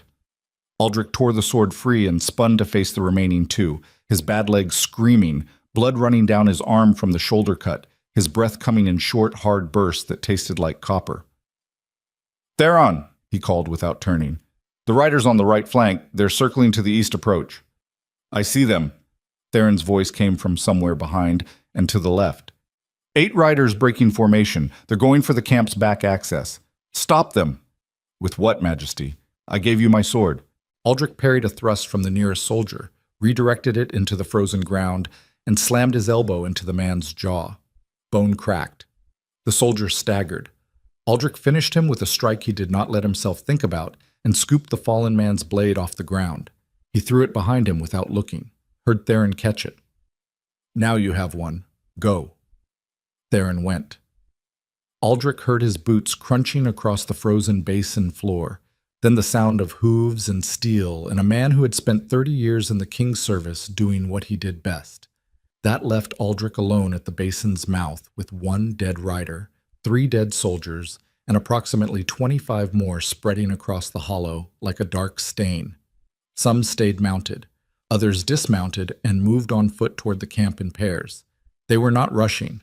They had numbers, and they had armor, and they had the absolute certainty of men who believed they were executing a plan that had been sanctioned from above. In their minds, this was not murder. This was cleanup. Aldrich's body was failing. He could feel it in the tremor building in his sword arm, in the way his left leg had gone from aching to actively buckling, in the shallow breathing that told him his damaged ribs were no longer cooperating with the demands he was placing on them. A body was a machine, and this machine had been running on fumes and fury for the better part of a month. The fumes were gone. The fury remained, but fury without a functioning body was just noise. He killed 2 more men in the next 60 seconds, and it cost him everything he had left. The first went down to a combination that left Aldrich's wrist feeling like it had been hit with a hammer. The second managed to get inside his guard and drive a fist into his broken ribs before Aldrich dropped him with a headbutt that split the soldier's nose and sent stars cascading across his own vision.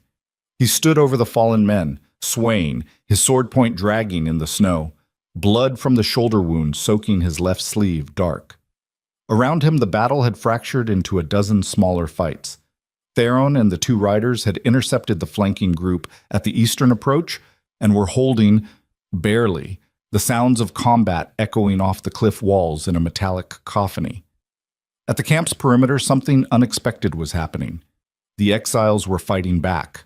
Not all of them, not with weapons. Most of them had none. But Seraphina had done something in the minutes between his charge and the soldiers' arrival. She had organized the camp's able-bodied wolves into teams, and they were using the only advantages they had: knowledge of the terrain, numbers, and the desperate creativity of people defending the last ground they possessed. A group of 6 exile wolves had toppled a lean-to across the main path into the camp, creating a makeshift barricade that funneled the mounted riders into a narrow channel where their horses became liabilities. As soldiers tried to navigate the obstruction, exiles on the cliff ledges above rolled rocks down onto them. Not large enough to kill, but enough to spook the horses and unhorse the riders. Others had stretched wire between tent posts at neck height for a mounted man. One rider hit it at full speed and went down in a tangle of horse and armor that took out the rider behind him. It was ugly. It was improvised. It was the fighting style of people who had nothing to lose and had figured out that nothing to lose was itself a kind of weapon. The soldiers had training, equipment, discipline. The exiles had the terrifying clarity of humans who understood that this was the last stand they were ever going to make, and that understanding burned through them like a fire through dry timber, making them faster and harder and more willing to absorb damage than any professional fighter who still had a life worth protecting. Aldrich watched it happen through a haze of pain and exhaustion, and something turned over inside him that wasn't strategy and was not sentiment, but the raw, inarguable recognition that he had been wrong about these people. Not wrong to pity them or wrong to want to help them, wrong to think they needed saving at all. They were saving themselves. They had always been saving themselves. What they needed was not a rescuer, but a king who would stop the kingdom from attacking them in the first place. A horn sounded from the ridge. The sound cut through the battle noise like a blade through cloth. A long, sustained blast that carried an authority beyond volume. Military signal, specific cadence. Aldrich recognized it because he had heard it 1,000 times at formal parades and council openings. It was the horn of a noble house. The soldiers in the basin hesitated. Some turned toward the sound. Others held their positions but stopped advancing, their heads tilting with the instinct of trained wolves responding to a pack call. On the ridge, a new group of riders appeared. Not 30 this time. 50. Maybe 60. They carried torches that turned the falling snow into curtains of orange light. and at their head rode a man Aldrich would have recognized from any distance, Lord Hargreave. He sat his horse at the crest of the ridge with the easy posture of a man surveying property he already considered his own. Full armor, polished black, the Hargreave family crest gleaming silver on his chest. Behind him, his riders were arranged in perfect formation. Not the loose tactical spacing of an assault force, but the deliberate display of an army making a statement. The message was simple. The first 30 were the knife. The 60 behind them were the hammer, and the man who held both had come to watch his work completed. Aldrich Thorne, Hargreave's voice carried down the ridge, amplified by the natural acoustics of the basin. I told you we wouldn't be idle. Aldrich straightened.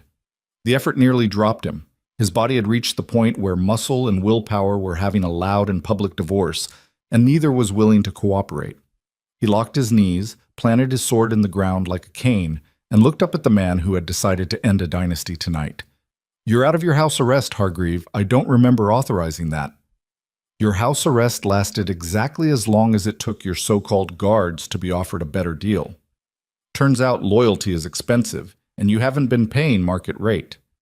Where's Renwick? Lord Renwick is in the capital, managing the council.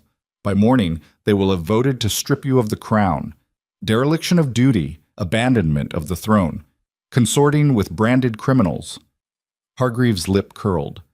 That last one should be interesting. The king of the Ironvale Dominion, found playing house with exile trash in a frozen ditch. Behind Aldrich, the fighting had stopped. Both sides, soldiers and exiles alike, stood frozen, watching the exchange on the ridge. The snow fell between them like white static, filling the silence. You sent assassins to kill me on a mountain, Aldrich said. When that failed, you called a succession vote. When that failed, you sent soldiers to massacre an unarmed camp. And now you're here with 60 riders to finish what your puppets couldn't. He paused. At what point in this sequence did you stop pretending this was politics and admit it was treason? Hargreave dismounted. He walked a few steps down the slope, his boots crunching in the snow, his armor catching torchlight. Treason is a word kings use when they've lost control and want it to sound like someone else's fault. What I'm doing is correcting a failure of leadership. You're a weak king, Aldrich. Your father was a great one, hard, pragmatic, willing to do what the realm required. You inherited his throne, but not his spine. And now you've ridden 300 miles to die for a woman who isn't even worth the brand on her shoulder. Something moved in the dark behind Hargreave's line of riders. Aldrich caught it at the edge of his peripheral vision, a flicker of motion along the western cliff face, too deliberate to be wind or snow. He did not look directly at it. He kept his eyes on Hargreave and kept talking. You didn't know my father as well as you think, Hargreave. I served him for 20 years. You served next to him for 20 years. That's not the same thing. My father was hard because the world forced him to be. But in his last year, do you know what he talked about? Not war, not politics, not the noble houses and their endless maneuvering. He talked about the people we'd failed, the exiles, the branded, the ones we threw into the snow because it was easier than fixing what was broken. Hargreave snorted. Deathbed sentiment. Meaningless. He gave me this pendant. The lie came out smooth and deliberate, and Aldrich held up the silver disc on its leather cord so it caught the torchlight. Told me it belonged to someone the kingdom had wronged. Told me to find them and make it right. What is that supposed to mean? It means you're not correcting a failure of leadership, Hargreave. You're confirming one. My father saw what was coming. He knew the noble houses were rotting from the inside. He just ran out of time before he could cut out the infection.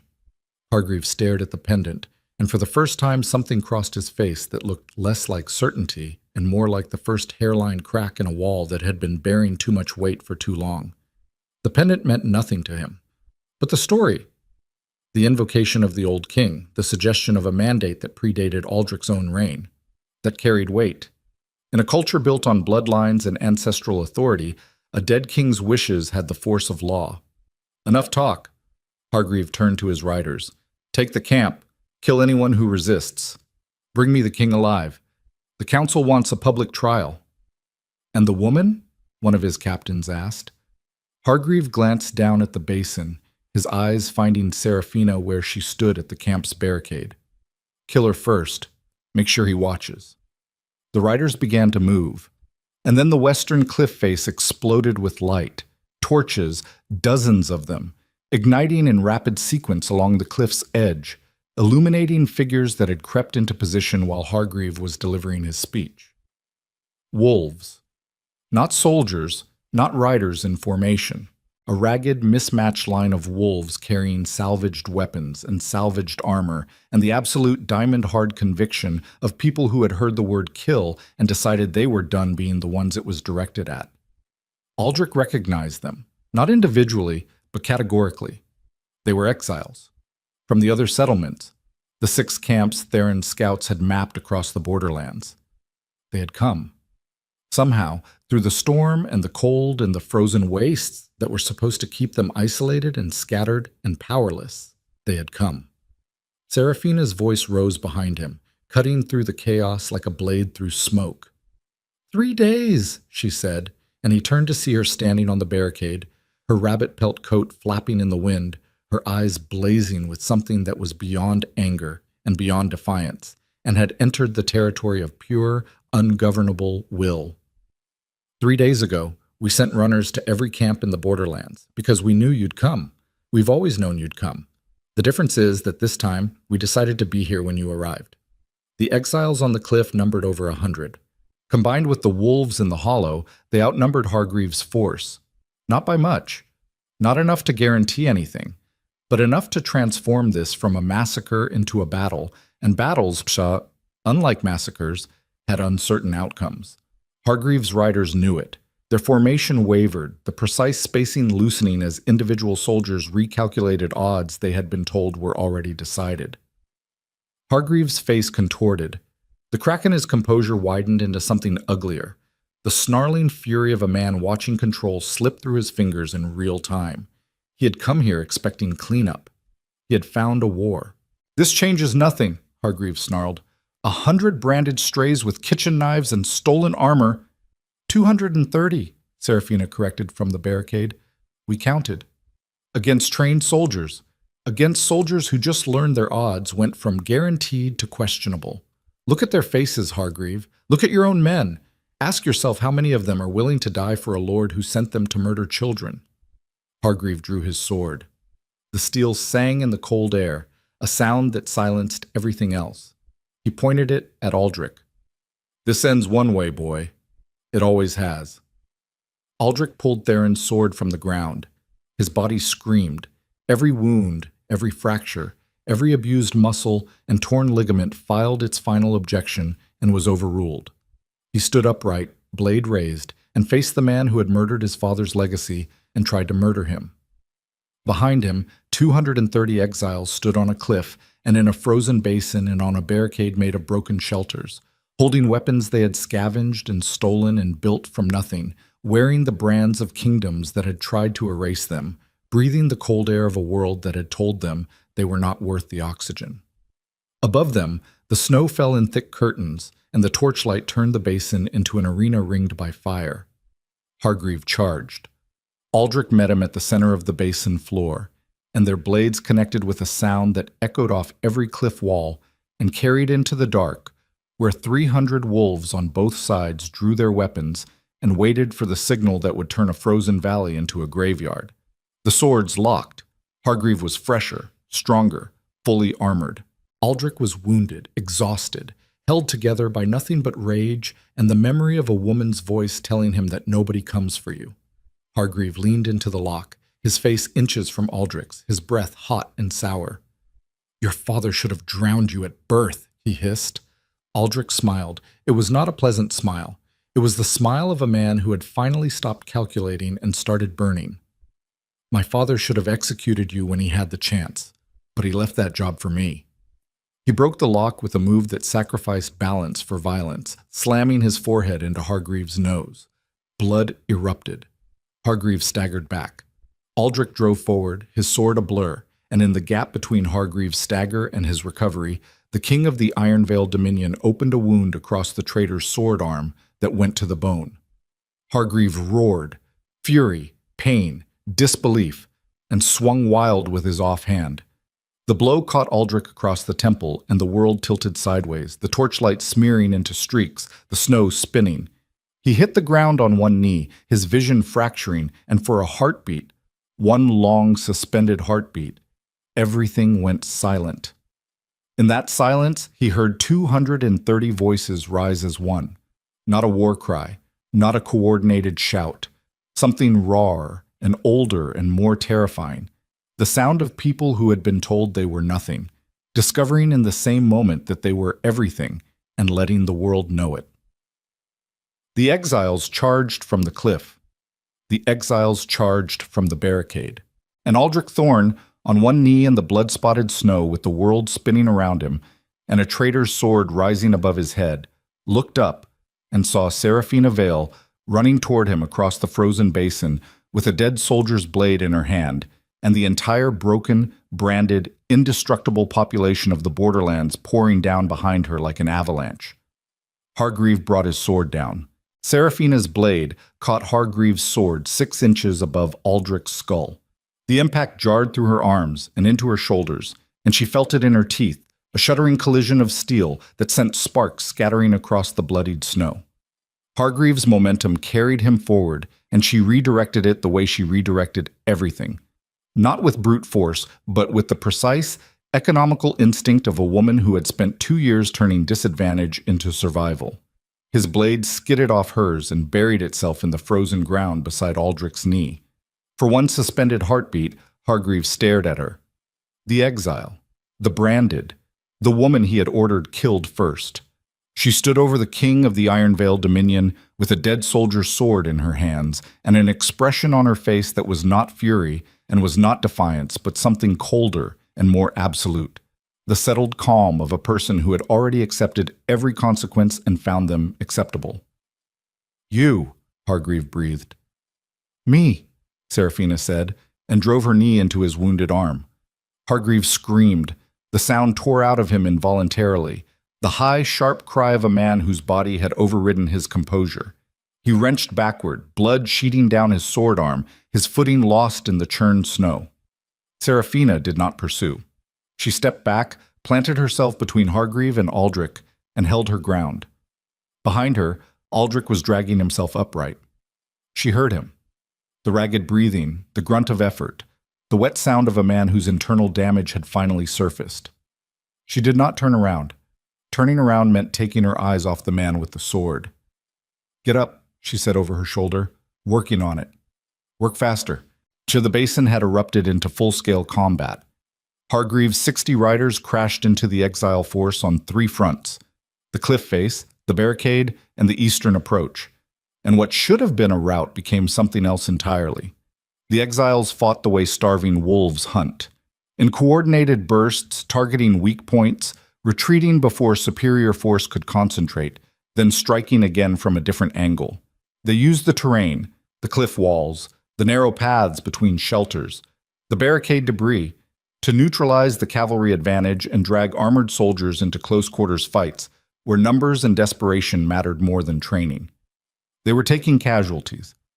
Seraphina could hear it, the sounds of people she knew, people she had bandaged and fed and sat beside through fever-racked nights, going down under professional steel. Each sound landed in her chest like a physical blow, but they did not break. They did not scatter. For the first time in their discarded, branded, forgotten lives, they had something worth holding, and they held it with everything they had left. Aldrich made it to his feet. He was a wreck. One eye swelling shut, his left arm hanging at an angle that said something had torn or separated, the chest wound reopened and seeping dark through his ruined shirt. He stood anyway. He raised his sword anyway. Because standing and raising and refusing to stop were the only things left that separated a king from a corpse, and he was not ready to let go of the distinction. Hargreave had recovered his blade. Blood ran freely from his arm, but his grip was solid, and his eyes had the flat, glazed intensity of a man who had moved past strategy and into pure intent. He was not fighting to win a political chess match anymore. He was fighting because the alternative was a traitor's execution, and some men would rather die on their feet with a sword in their hand than on their knees with a rope around their neck. He came at Aldrich again, faster this time, angrier, the precision of his training giving way to the reckless power of a man swinging for the end. Aldrich met the first blow, and his bad leg buckled. He stumbled. Hargreave pressed, driving him backward, each strike landing heavier than the last. The physical reality of fresh armor and functioning limbs asserting itself over willpower and damage. Serafina circled wide. She was not a sword fighter. 2 years of borderland survival had taught her to use a blade for skinning game and cutting rope, not for combat. But she understood angles. She understood pressure. And she understood that the man in front of her was focused so completely on destroying Aldrich that he had stopped tracking anything else. She waited for the opening. It came when Hargreave overcommitted to a downward strike, his weight shifting forward, his wounded arm flaring wide for balance.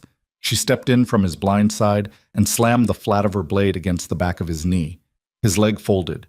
He dropped to one knee in the snow, his sword arm swinging wild, and Aldrich, battered, bleeding, running on nothing but the refusal to stop, brought his blade down on Hargreave's weapon with every pound of force his damaged body could produce. The impact shattered Hargreave's grip.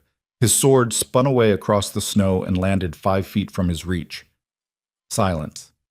Not real silence. The battle still raged around them, steel on steel, voices shouting, the sounds of a world rearranging itself through violence. But in the small circle of trampled, blood-soaked snow where the three of them stood, everything had stopped. Hargreave knelt in the snow, disarmed. His breathing came in harsh gasps. Blood dripped from his ruined arm onto the white ground in a steady rhythm. He looked up at Aldrich, and his face held something Serafina had not expected to see there. Not fear, not anger, but the blank bewilderment of a man who had been so certain of an outcome that its failure felt less like defeat and more like a violation of natural law. "Yield," Aldrich said. The word came out thick, wet. He spat blood into the snow. "Call off your men. This is over." Hargreave stared at him. Then his eyes moved to Serafina standing at Aldrich's shoulder with her borrowed blade, and something in his expression twisted. "Over," he repeated. "Nothing is over. You think killing me changes what's been built? Renwick has the council. The vote is happening at dawn. By sunrise, you'll be a deposed king standing in a ditch with a pack of branded strays, and every noble house in the Dominion will have the legal authority to hunt you down. Then I'll be hunted. I've survived it before." "You survived because she dragged you out of the snow." Hargreave jerked his chin at Serafina. "One exile's charity. That's all that separates you from a frozen corpse on a mountainside. Is that what you're building your revolution on? Luck and pity?" Aldrich looked at him for a long time. The torchlight played across Hargreave's face, deepening the lines, turning the blood black. This was a man who had served 4 kings and expected to bury a 5th. A man who had spent decades building power through patience and manipulation and the systematic exploitation of a system designed to protect men exactly like him. He was not evil in the way that stories needed villains to be evil. Simple, obvious, easy to hate. He was something worse. He was competent. He was rational. He was the natural product of a kingdom that had never questioned its own machinery. "No," Aldrich said quietly. "Not luck. Not pity. She saved me because she chose to, because something in her survived everything your system did to destroy it. Every brand, every exile, every night spent in the cold. And she still chose to pull a stranger out of the snow. You want to call that charity? I call it the thing this kingdom forgot how to do." He lowered his sword point to Hargreave's throat. "Last time. Yield." Hargreave looked at the blade, looked at the king behind it, looked at the exile beside him. And then, slowly, like a structure collapsing one beam at a time, the fight went out of him. His shoulders dropped. His chin fell. He placed his palms flat on the snow. "Quarter," he said. The word sounded like it cost him something vital. Aldrich did not remove the blade. "Call them off." Hargreave raised his head and shouted across the basin, his voice cracked but carrying. "Stand down. All forces stand down by my order." The command rippled outward like a stone dropped in still water. One by one, then in clusters, then all at once, Hargreave's soldiers stopped fighting. Some dropped their weapons. Others simply stepped back, raising their hands, the universal gesture of men who had suddenly remembered that they were following orders from a lord who was now kneeling in the snow with a sword at his throat. The exiles stopped too, though more slowly, with more caution. They held their positions, their scavenged weapons still raised, their eyes moving between the surrendering soldiers and the two figures at the center of the basin. Trust was not something these people could generate quickly. It had been beaten out of them too thoroughly and for too long. Serafina lowered her blade. The adrenaline was draining out of her muscles like water out of cracked earth, and the exhaustion that rushed in to replace it was so complete that she had to lock her knees to stay upright. Her hands were shaking. Her vision kept trying to narrow into a tunnel. She breathed through it the way she breathed through everything. One inhale, one exhale, one moment survived at a time. "Theron," Aldrich called. The commander appeared from the eastern approach, battered but intact, a cut above his eye bleeding freely. He surveyed the scene. Hargreave on his knees, the soldiers surrendering, the exiles still armed and watchful. And the look on his face was the expression of a man rapidly recalculating his understanding of what was possible. Take Lord Hargreave into custody. Bind his wounds, then bind his hands. Collect the weapons. Any soldier who surrenders peacefully will be treated as a prisoner, not an enemy. "And the dead, Majesty?" Aldrich looked across the basin. Bodies lay scattered in the churned snow. Soldiers and exiles alike, the price of the night's violence written in still forms and spreading red. He counted 7 exile dead that he could see, probably more that he could not. "Bury them all," he said. "Ours and theirs, together, no distinction." Theron hesitated for the barest fraction of a second, then nodded. "Yes, Majesty." The next hours passed in the blur of aftermath. Hargreave was bound and placed under guard in the healing tent, an irony that Serafina noted without comment. His soldiers were disarmed and corralled at the basin's eastern edge, sitting in the snow with their hands on their heads while Theron's small team and a rotating group of exile volunteers stood watch. The wounded were gathered, sorted, treated. Serafina moved among them with a steadiness that belied the exhaustion eating through her bones, cleaning wounds, setting crude splints, doing the only thing she had ever found that made the world make sense, keeping broken things alive. She was binding a deep cut on the arm of a young exile named Corin when Aldrich found her. He stood at the entrance of the healing tent, leaning against the post because his body had finally won its argument with his willpower. He looked terrible. He looked like a man who had been disassembled and put back together by someone working from memory. "You need to sit down," she said without looking up from her work. "I need to talk to you." "You can talk to me while sitting down. The two activities are not mutually exclusive." He almost smiled. Almost. Then he lowered himself to the ground beside the tent post, his back against the canvas, his legs stretched in front of him. The effort produced a sound from his chest that made Serafina's hands pause over Corin's bandage. "I'm fine," he said. "You're the opposite of fine. You have at least 3 broken ribs, a reopened chest wound, a separated shoulder, and something wrong with your left lung that I can hear from here. You need a real healer, not a borderland butcher with pine sap and guesswork. You're not a butcher. You're the reason anyone in this camp is alive, including me. Twice now." She finished Corin's bandage, patted the young wolf's good arm, and sent him on his way. Then she sat back on her heels and looked at Aldrich. Really looked at him, the way she had in the cabin a month ago. Not at the king, not at the title, but at the human wreckage beneath it. The bruises and the blood and the swollen eye and the stubborn, infuriating, relentless refusal to stop that was either his greatest strength or his most efficient method of self-destruction. "Hargreave said Renwick is taking the council vote at dawn," she said, "to strip your crown." "Yes." "Can he do that?" "With a majority vote and no king present to contest it, yes. The law allows it. It was designed as a failsafe against tyranny, a way for the council to remove a king who had gone mad or abandoned his duties. And Renwick will argue you've abandoned your duties. Renwick will argue whatever gets him what he wants. He's had years to prepare this. Documents, witnesses, fabricated evidence. By the time I get back to the capital, if I get back, he'll have rewritten history so thoroughly that my own court won't know what's real." Serafina was quiet for a moment.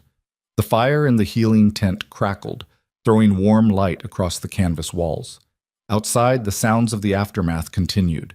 Voices, movement, the occasional clatter of collected weapons. "You have something he doesn't," she said. "What's that?" "Evidence. Real evidence." She reached into the inner pocket of her rabbit pelt coat and withdrew a leather bundle, stained and creased, the kind of rough container that borderland traders used for documents they needed to protect from weather. She unrolled it on the ground between them. Inside were papers, dozens of them. Letters, ledger entries, official decrees, some original, some copied in careful handwriting, all of them bearing seals and signatures that even in the tense dim light, Aldrich could recognize. "Where did you get these?" 2 years in the borderlands, Aldrich. I wasn't just surviving, I was listening. Every exile who came through these camps had a story. Some of them had proof. Letters from pack elders authorizing false exile decrees. Payment records showing that noble houses bought exile verdicts to seize land and property. Medical reports proving that the so-called curses used to justify brandings were fabricated. She paused. I collected them. All of them. Every piece of paper, every signed confession, every document that proves the exile system wasn't just cruel. It was criminal, organized, profitable, and connected directly to the noble houses that are now trying to take your throne. Aldrich stared at the papers. His hands, battered and swollen, reached out and touched the edge of a letter that bore Lord Renwick's personal seal. "This is a directive," he said slowly, reading, "ordering the Ashvale Pack elders to exile 3 specific wolves and transfer their property holdings to a Renwick subsidiary. There are 14 more like it, different packs, different nobles, same pattern. They were selling exile decrees, Aldrich, paying pack elders to brand wolves whose land or status they wanted. Some of those exiles are here in this camp right now.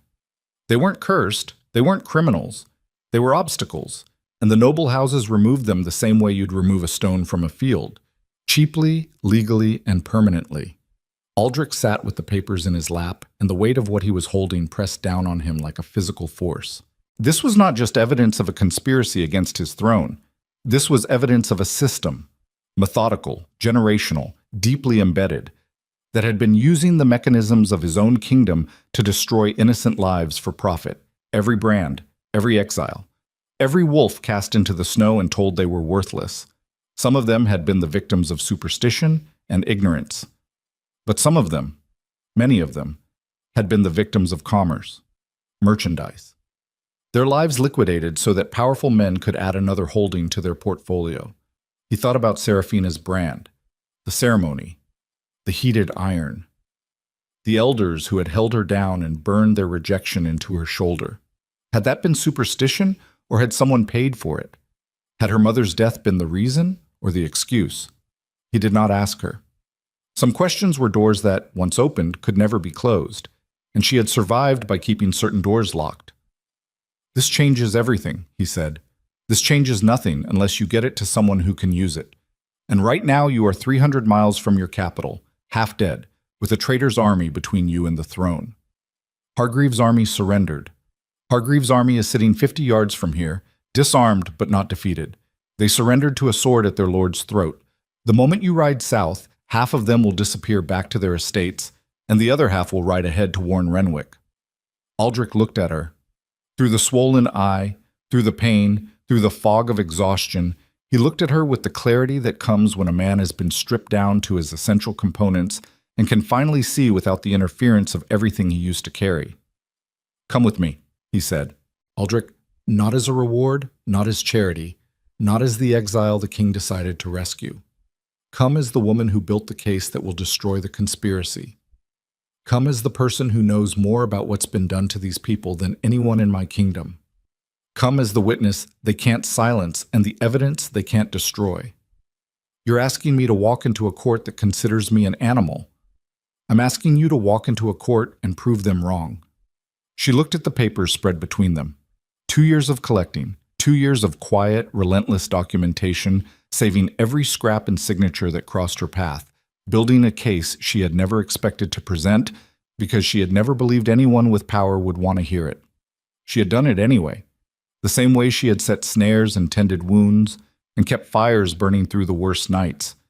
Not because she believed it would lead somewhere, but because the act of doing it was the only protest she had left.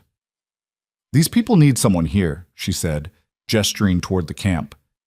"These people need the system that exiled them to be torn apart. You can do more for them in the capital in one day than you can do here in 10 years. She knew he was right.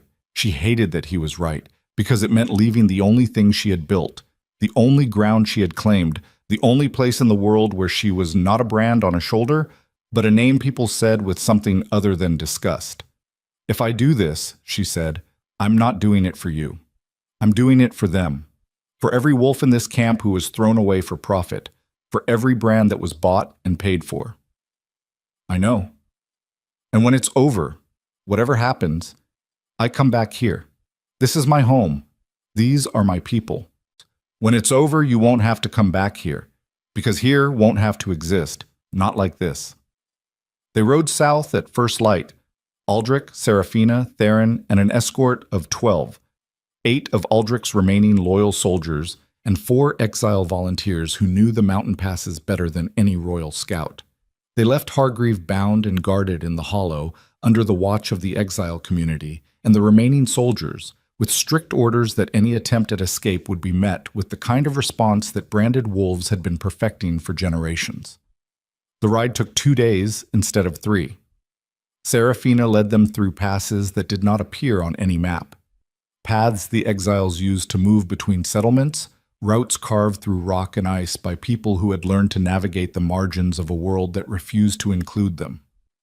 She rode like she did everything else, efficiently, without complaint, her body absorbing the punishment of the terrain with the practiced endurance of someone who had stopped distinguishing between hardship and normalcy. They reached the capital gates at dusk on the second day.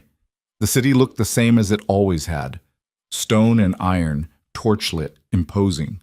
But something had changed in the air, a tension that Aldrich could feel the way a wolf feels a storm before it breaks. The streets were quieter than they should have been. The guards at the gate exchanged glances when they saw their king, alive and riding, with an exile woman at his side and blood still drying on his clothes. The council was already in session when Aldrich pushed open the chamber doors. The sound they made, heavy oak on stone, turned every head in the room. Lord Renwick stood at the thorn table, mid-sentence, his hand raised in a gesture of oratory. Around him 10 council lords sat in their carved chairs. The 11th chair, Hargreaves, was empty. The 12th, Aldrich's, had been pushed to the side of the room. Renwick's face went through a sequence of expressions so rapid they blurred together: shock, recovery, calculation, and finally a smile so composed it could have been carved from marble. "Your Majesty, we were just discussing my deposition, I know. Sit down, Renwick." Aldrich limped to his chair, dragged it back to its position at the table, and lowered himself into it. Seraphina stepped into the room behind him, the leather bundle of documents clutched against her chest. 10 pairs of noble eyes landed on her brand, visible above the collar of her coat, and she watched 10 faces perform the same rapid assessment: exile, branded, worthless. She had seen that assessment her entire life. It no longer landed. "This woman," Aldrich said, his voice carrying the terrible, quiet authority of a man who had stopped asking permission, "is Seraphina Vale.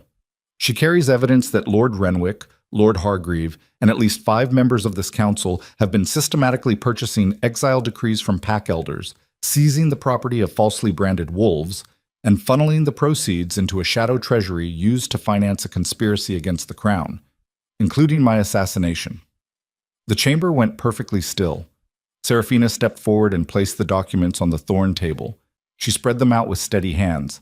Letters, ledgers, directives, confessions, each one dated, each one signed, each one a thread in a web that connected the noble houses to a network of corruption so thorough it had become indistinguishable from the kingdom's operating system. Renwick stared at the papers. The composure held, but beneath it Seraphina could see the machinery of his mind racing, testing exits, calculating defenses. He was a professional liar, and professional liars did not panic. They redirected. "Documents produced by an exile," Renwick said smoothly, "a branded criminal with an obvious grudge against the noble houses. This council cannot accept—" These documents bear your seal, Lord Renwick. Seraphina's voice cut through his objection like a clean blade through rotten wood. Your handwriting, your directive codes. Unless you are prepared to claim that someone forged your personal seal on 14 separate occasions across 3 years, I suggest you stop talking. Renwick stopped talking. The council session lasted 4 hours. By the end of it, the evidence had been examined, cross-referenced, and verified by Lady Marin and the kingdom's chief archivist. 5 of the 7 compromised council lords broke and testified against Renwick in exchange for reduced sentences. Renwick himself maintained his composure until the last document was read aloud. A letter in his own hand authorizing the Ashvale Pack elders to brand and exile a specific list of wolves whose land bordered a mining claim he had been secretly developing.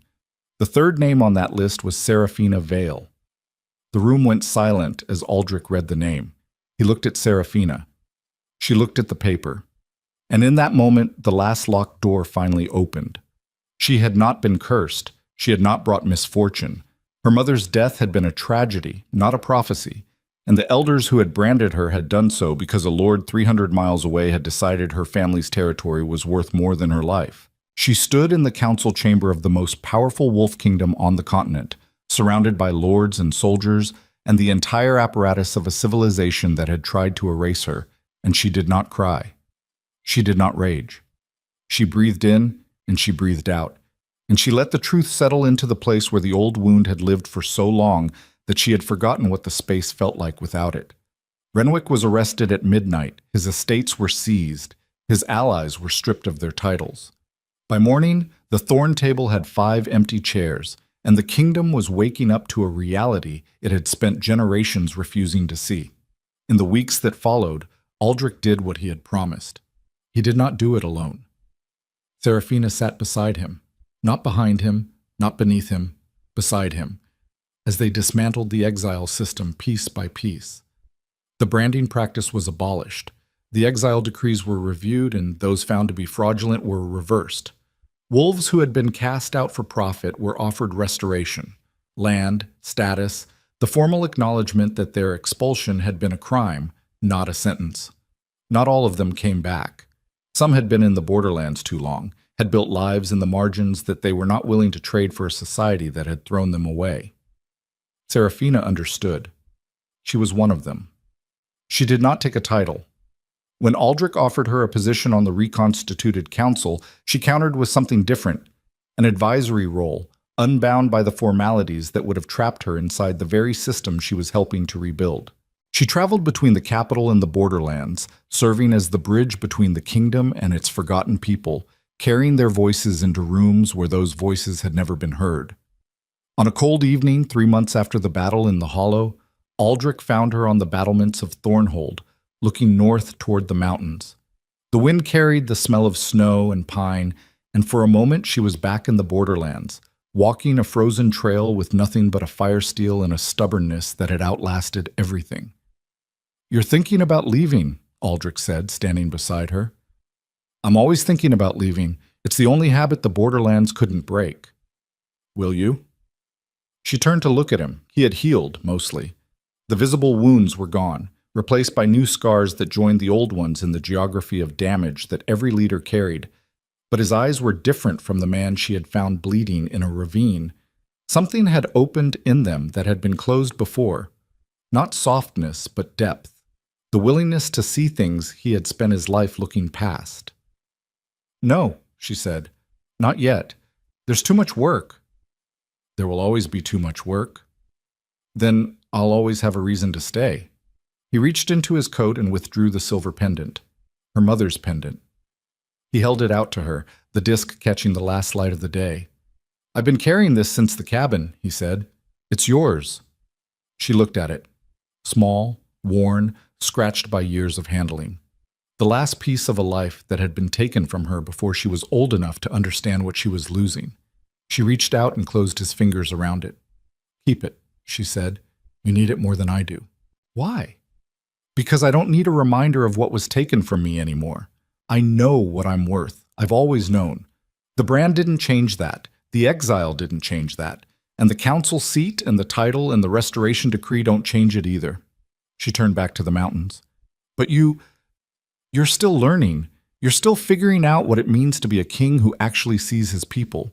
All of them, not just the ones in the nice chairs. He stood beside her in the cold, holding the pendant, and the silence between them was not the silence of two people who had run out of things to say.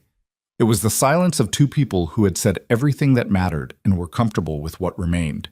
Below them, the capital hummed with the quiet industry of a kingdom remaking itself.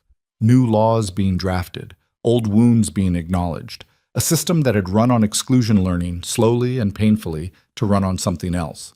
It would take years.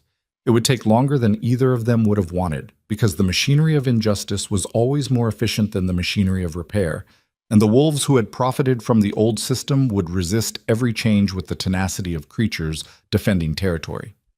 But it had started, and starting was the thing that mattered, the first step on a road that did not need a destination to be worth walking. Seraphina Vale, the woman who had been branded cursed and cast into the snow, stood on the walls of a kingdom she had helped save and looked out at the world she was helping to rebuild. The wind blew cold off the mountains, carrying snow and silence, and she breathed it in the way she had always breathed it in, one breath at a time, each one a small defiance, each one a proof of something the elders and the lords and the entire machinery of rejection had tried to deny. She was still here. She had always been here, and she was not going anywhere.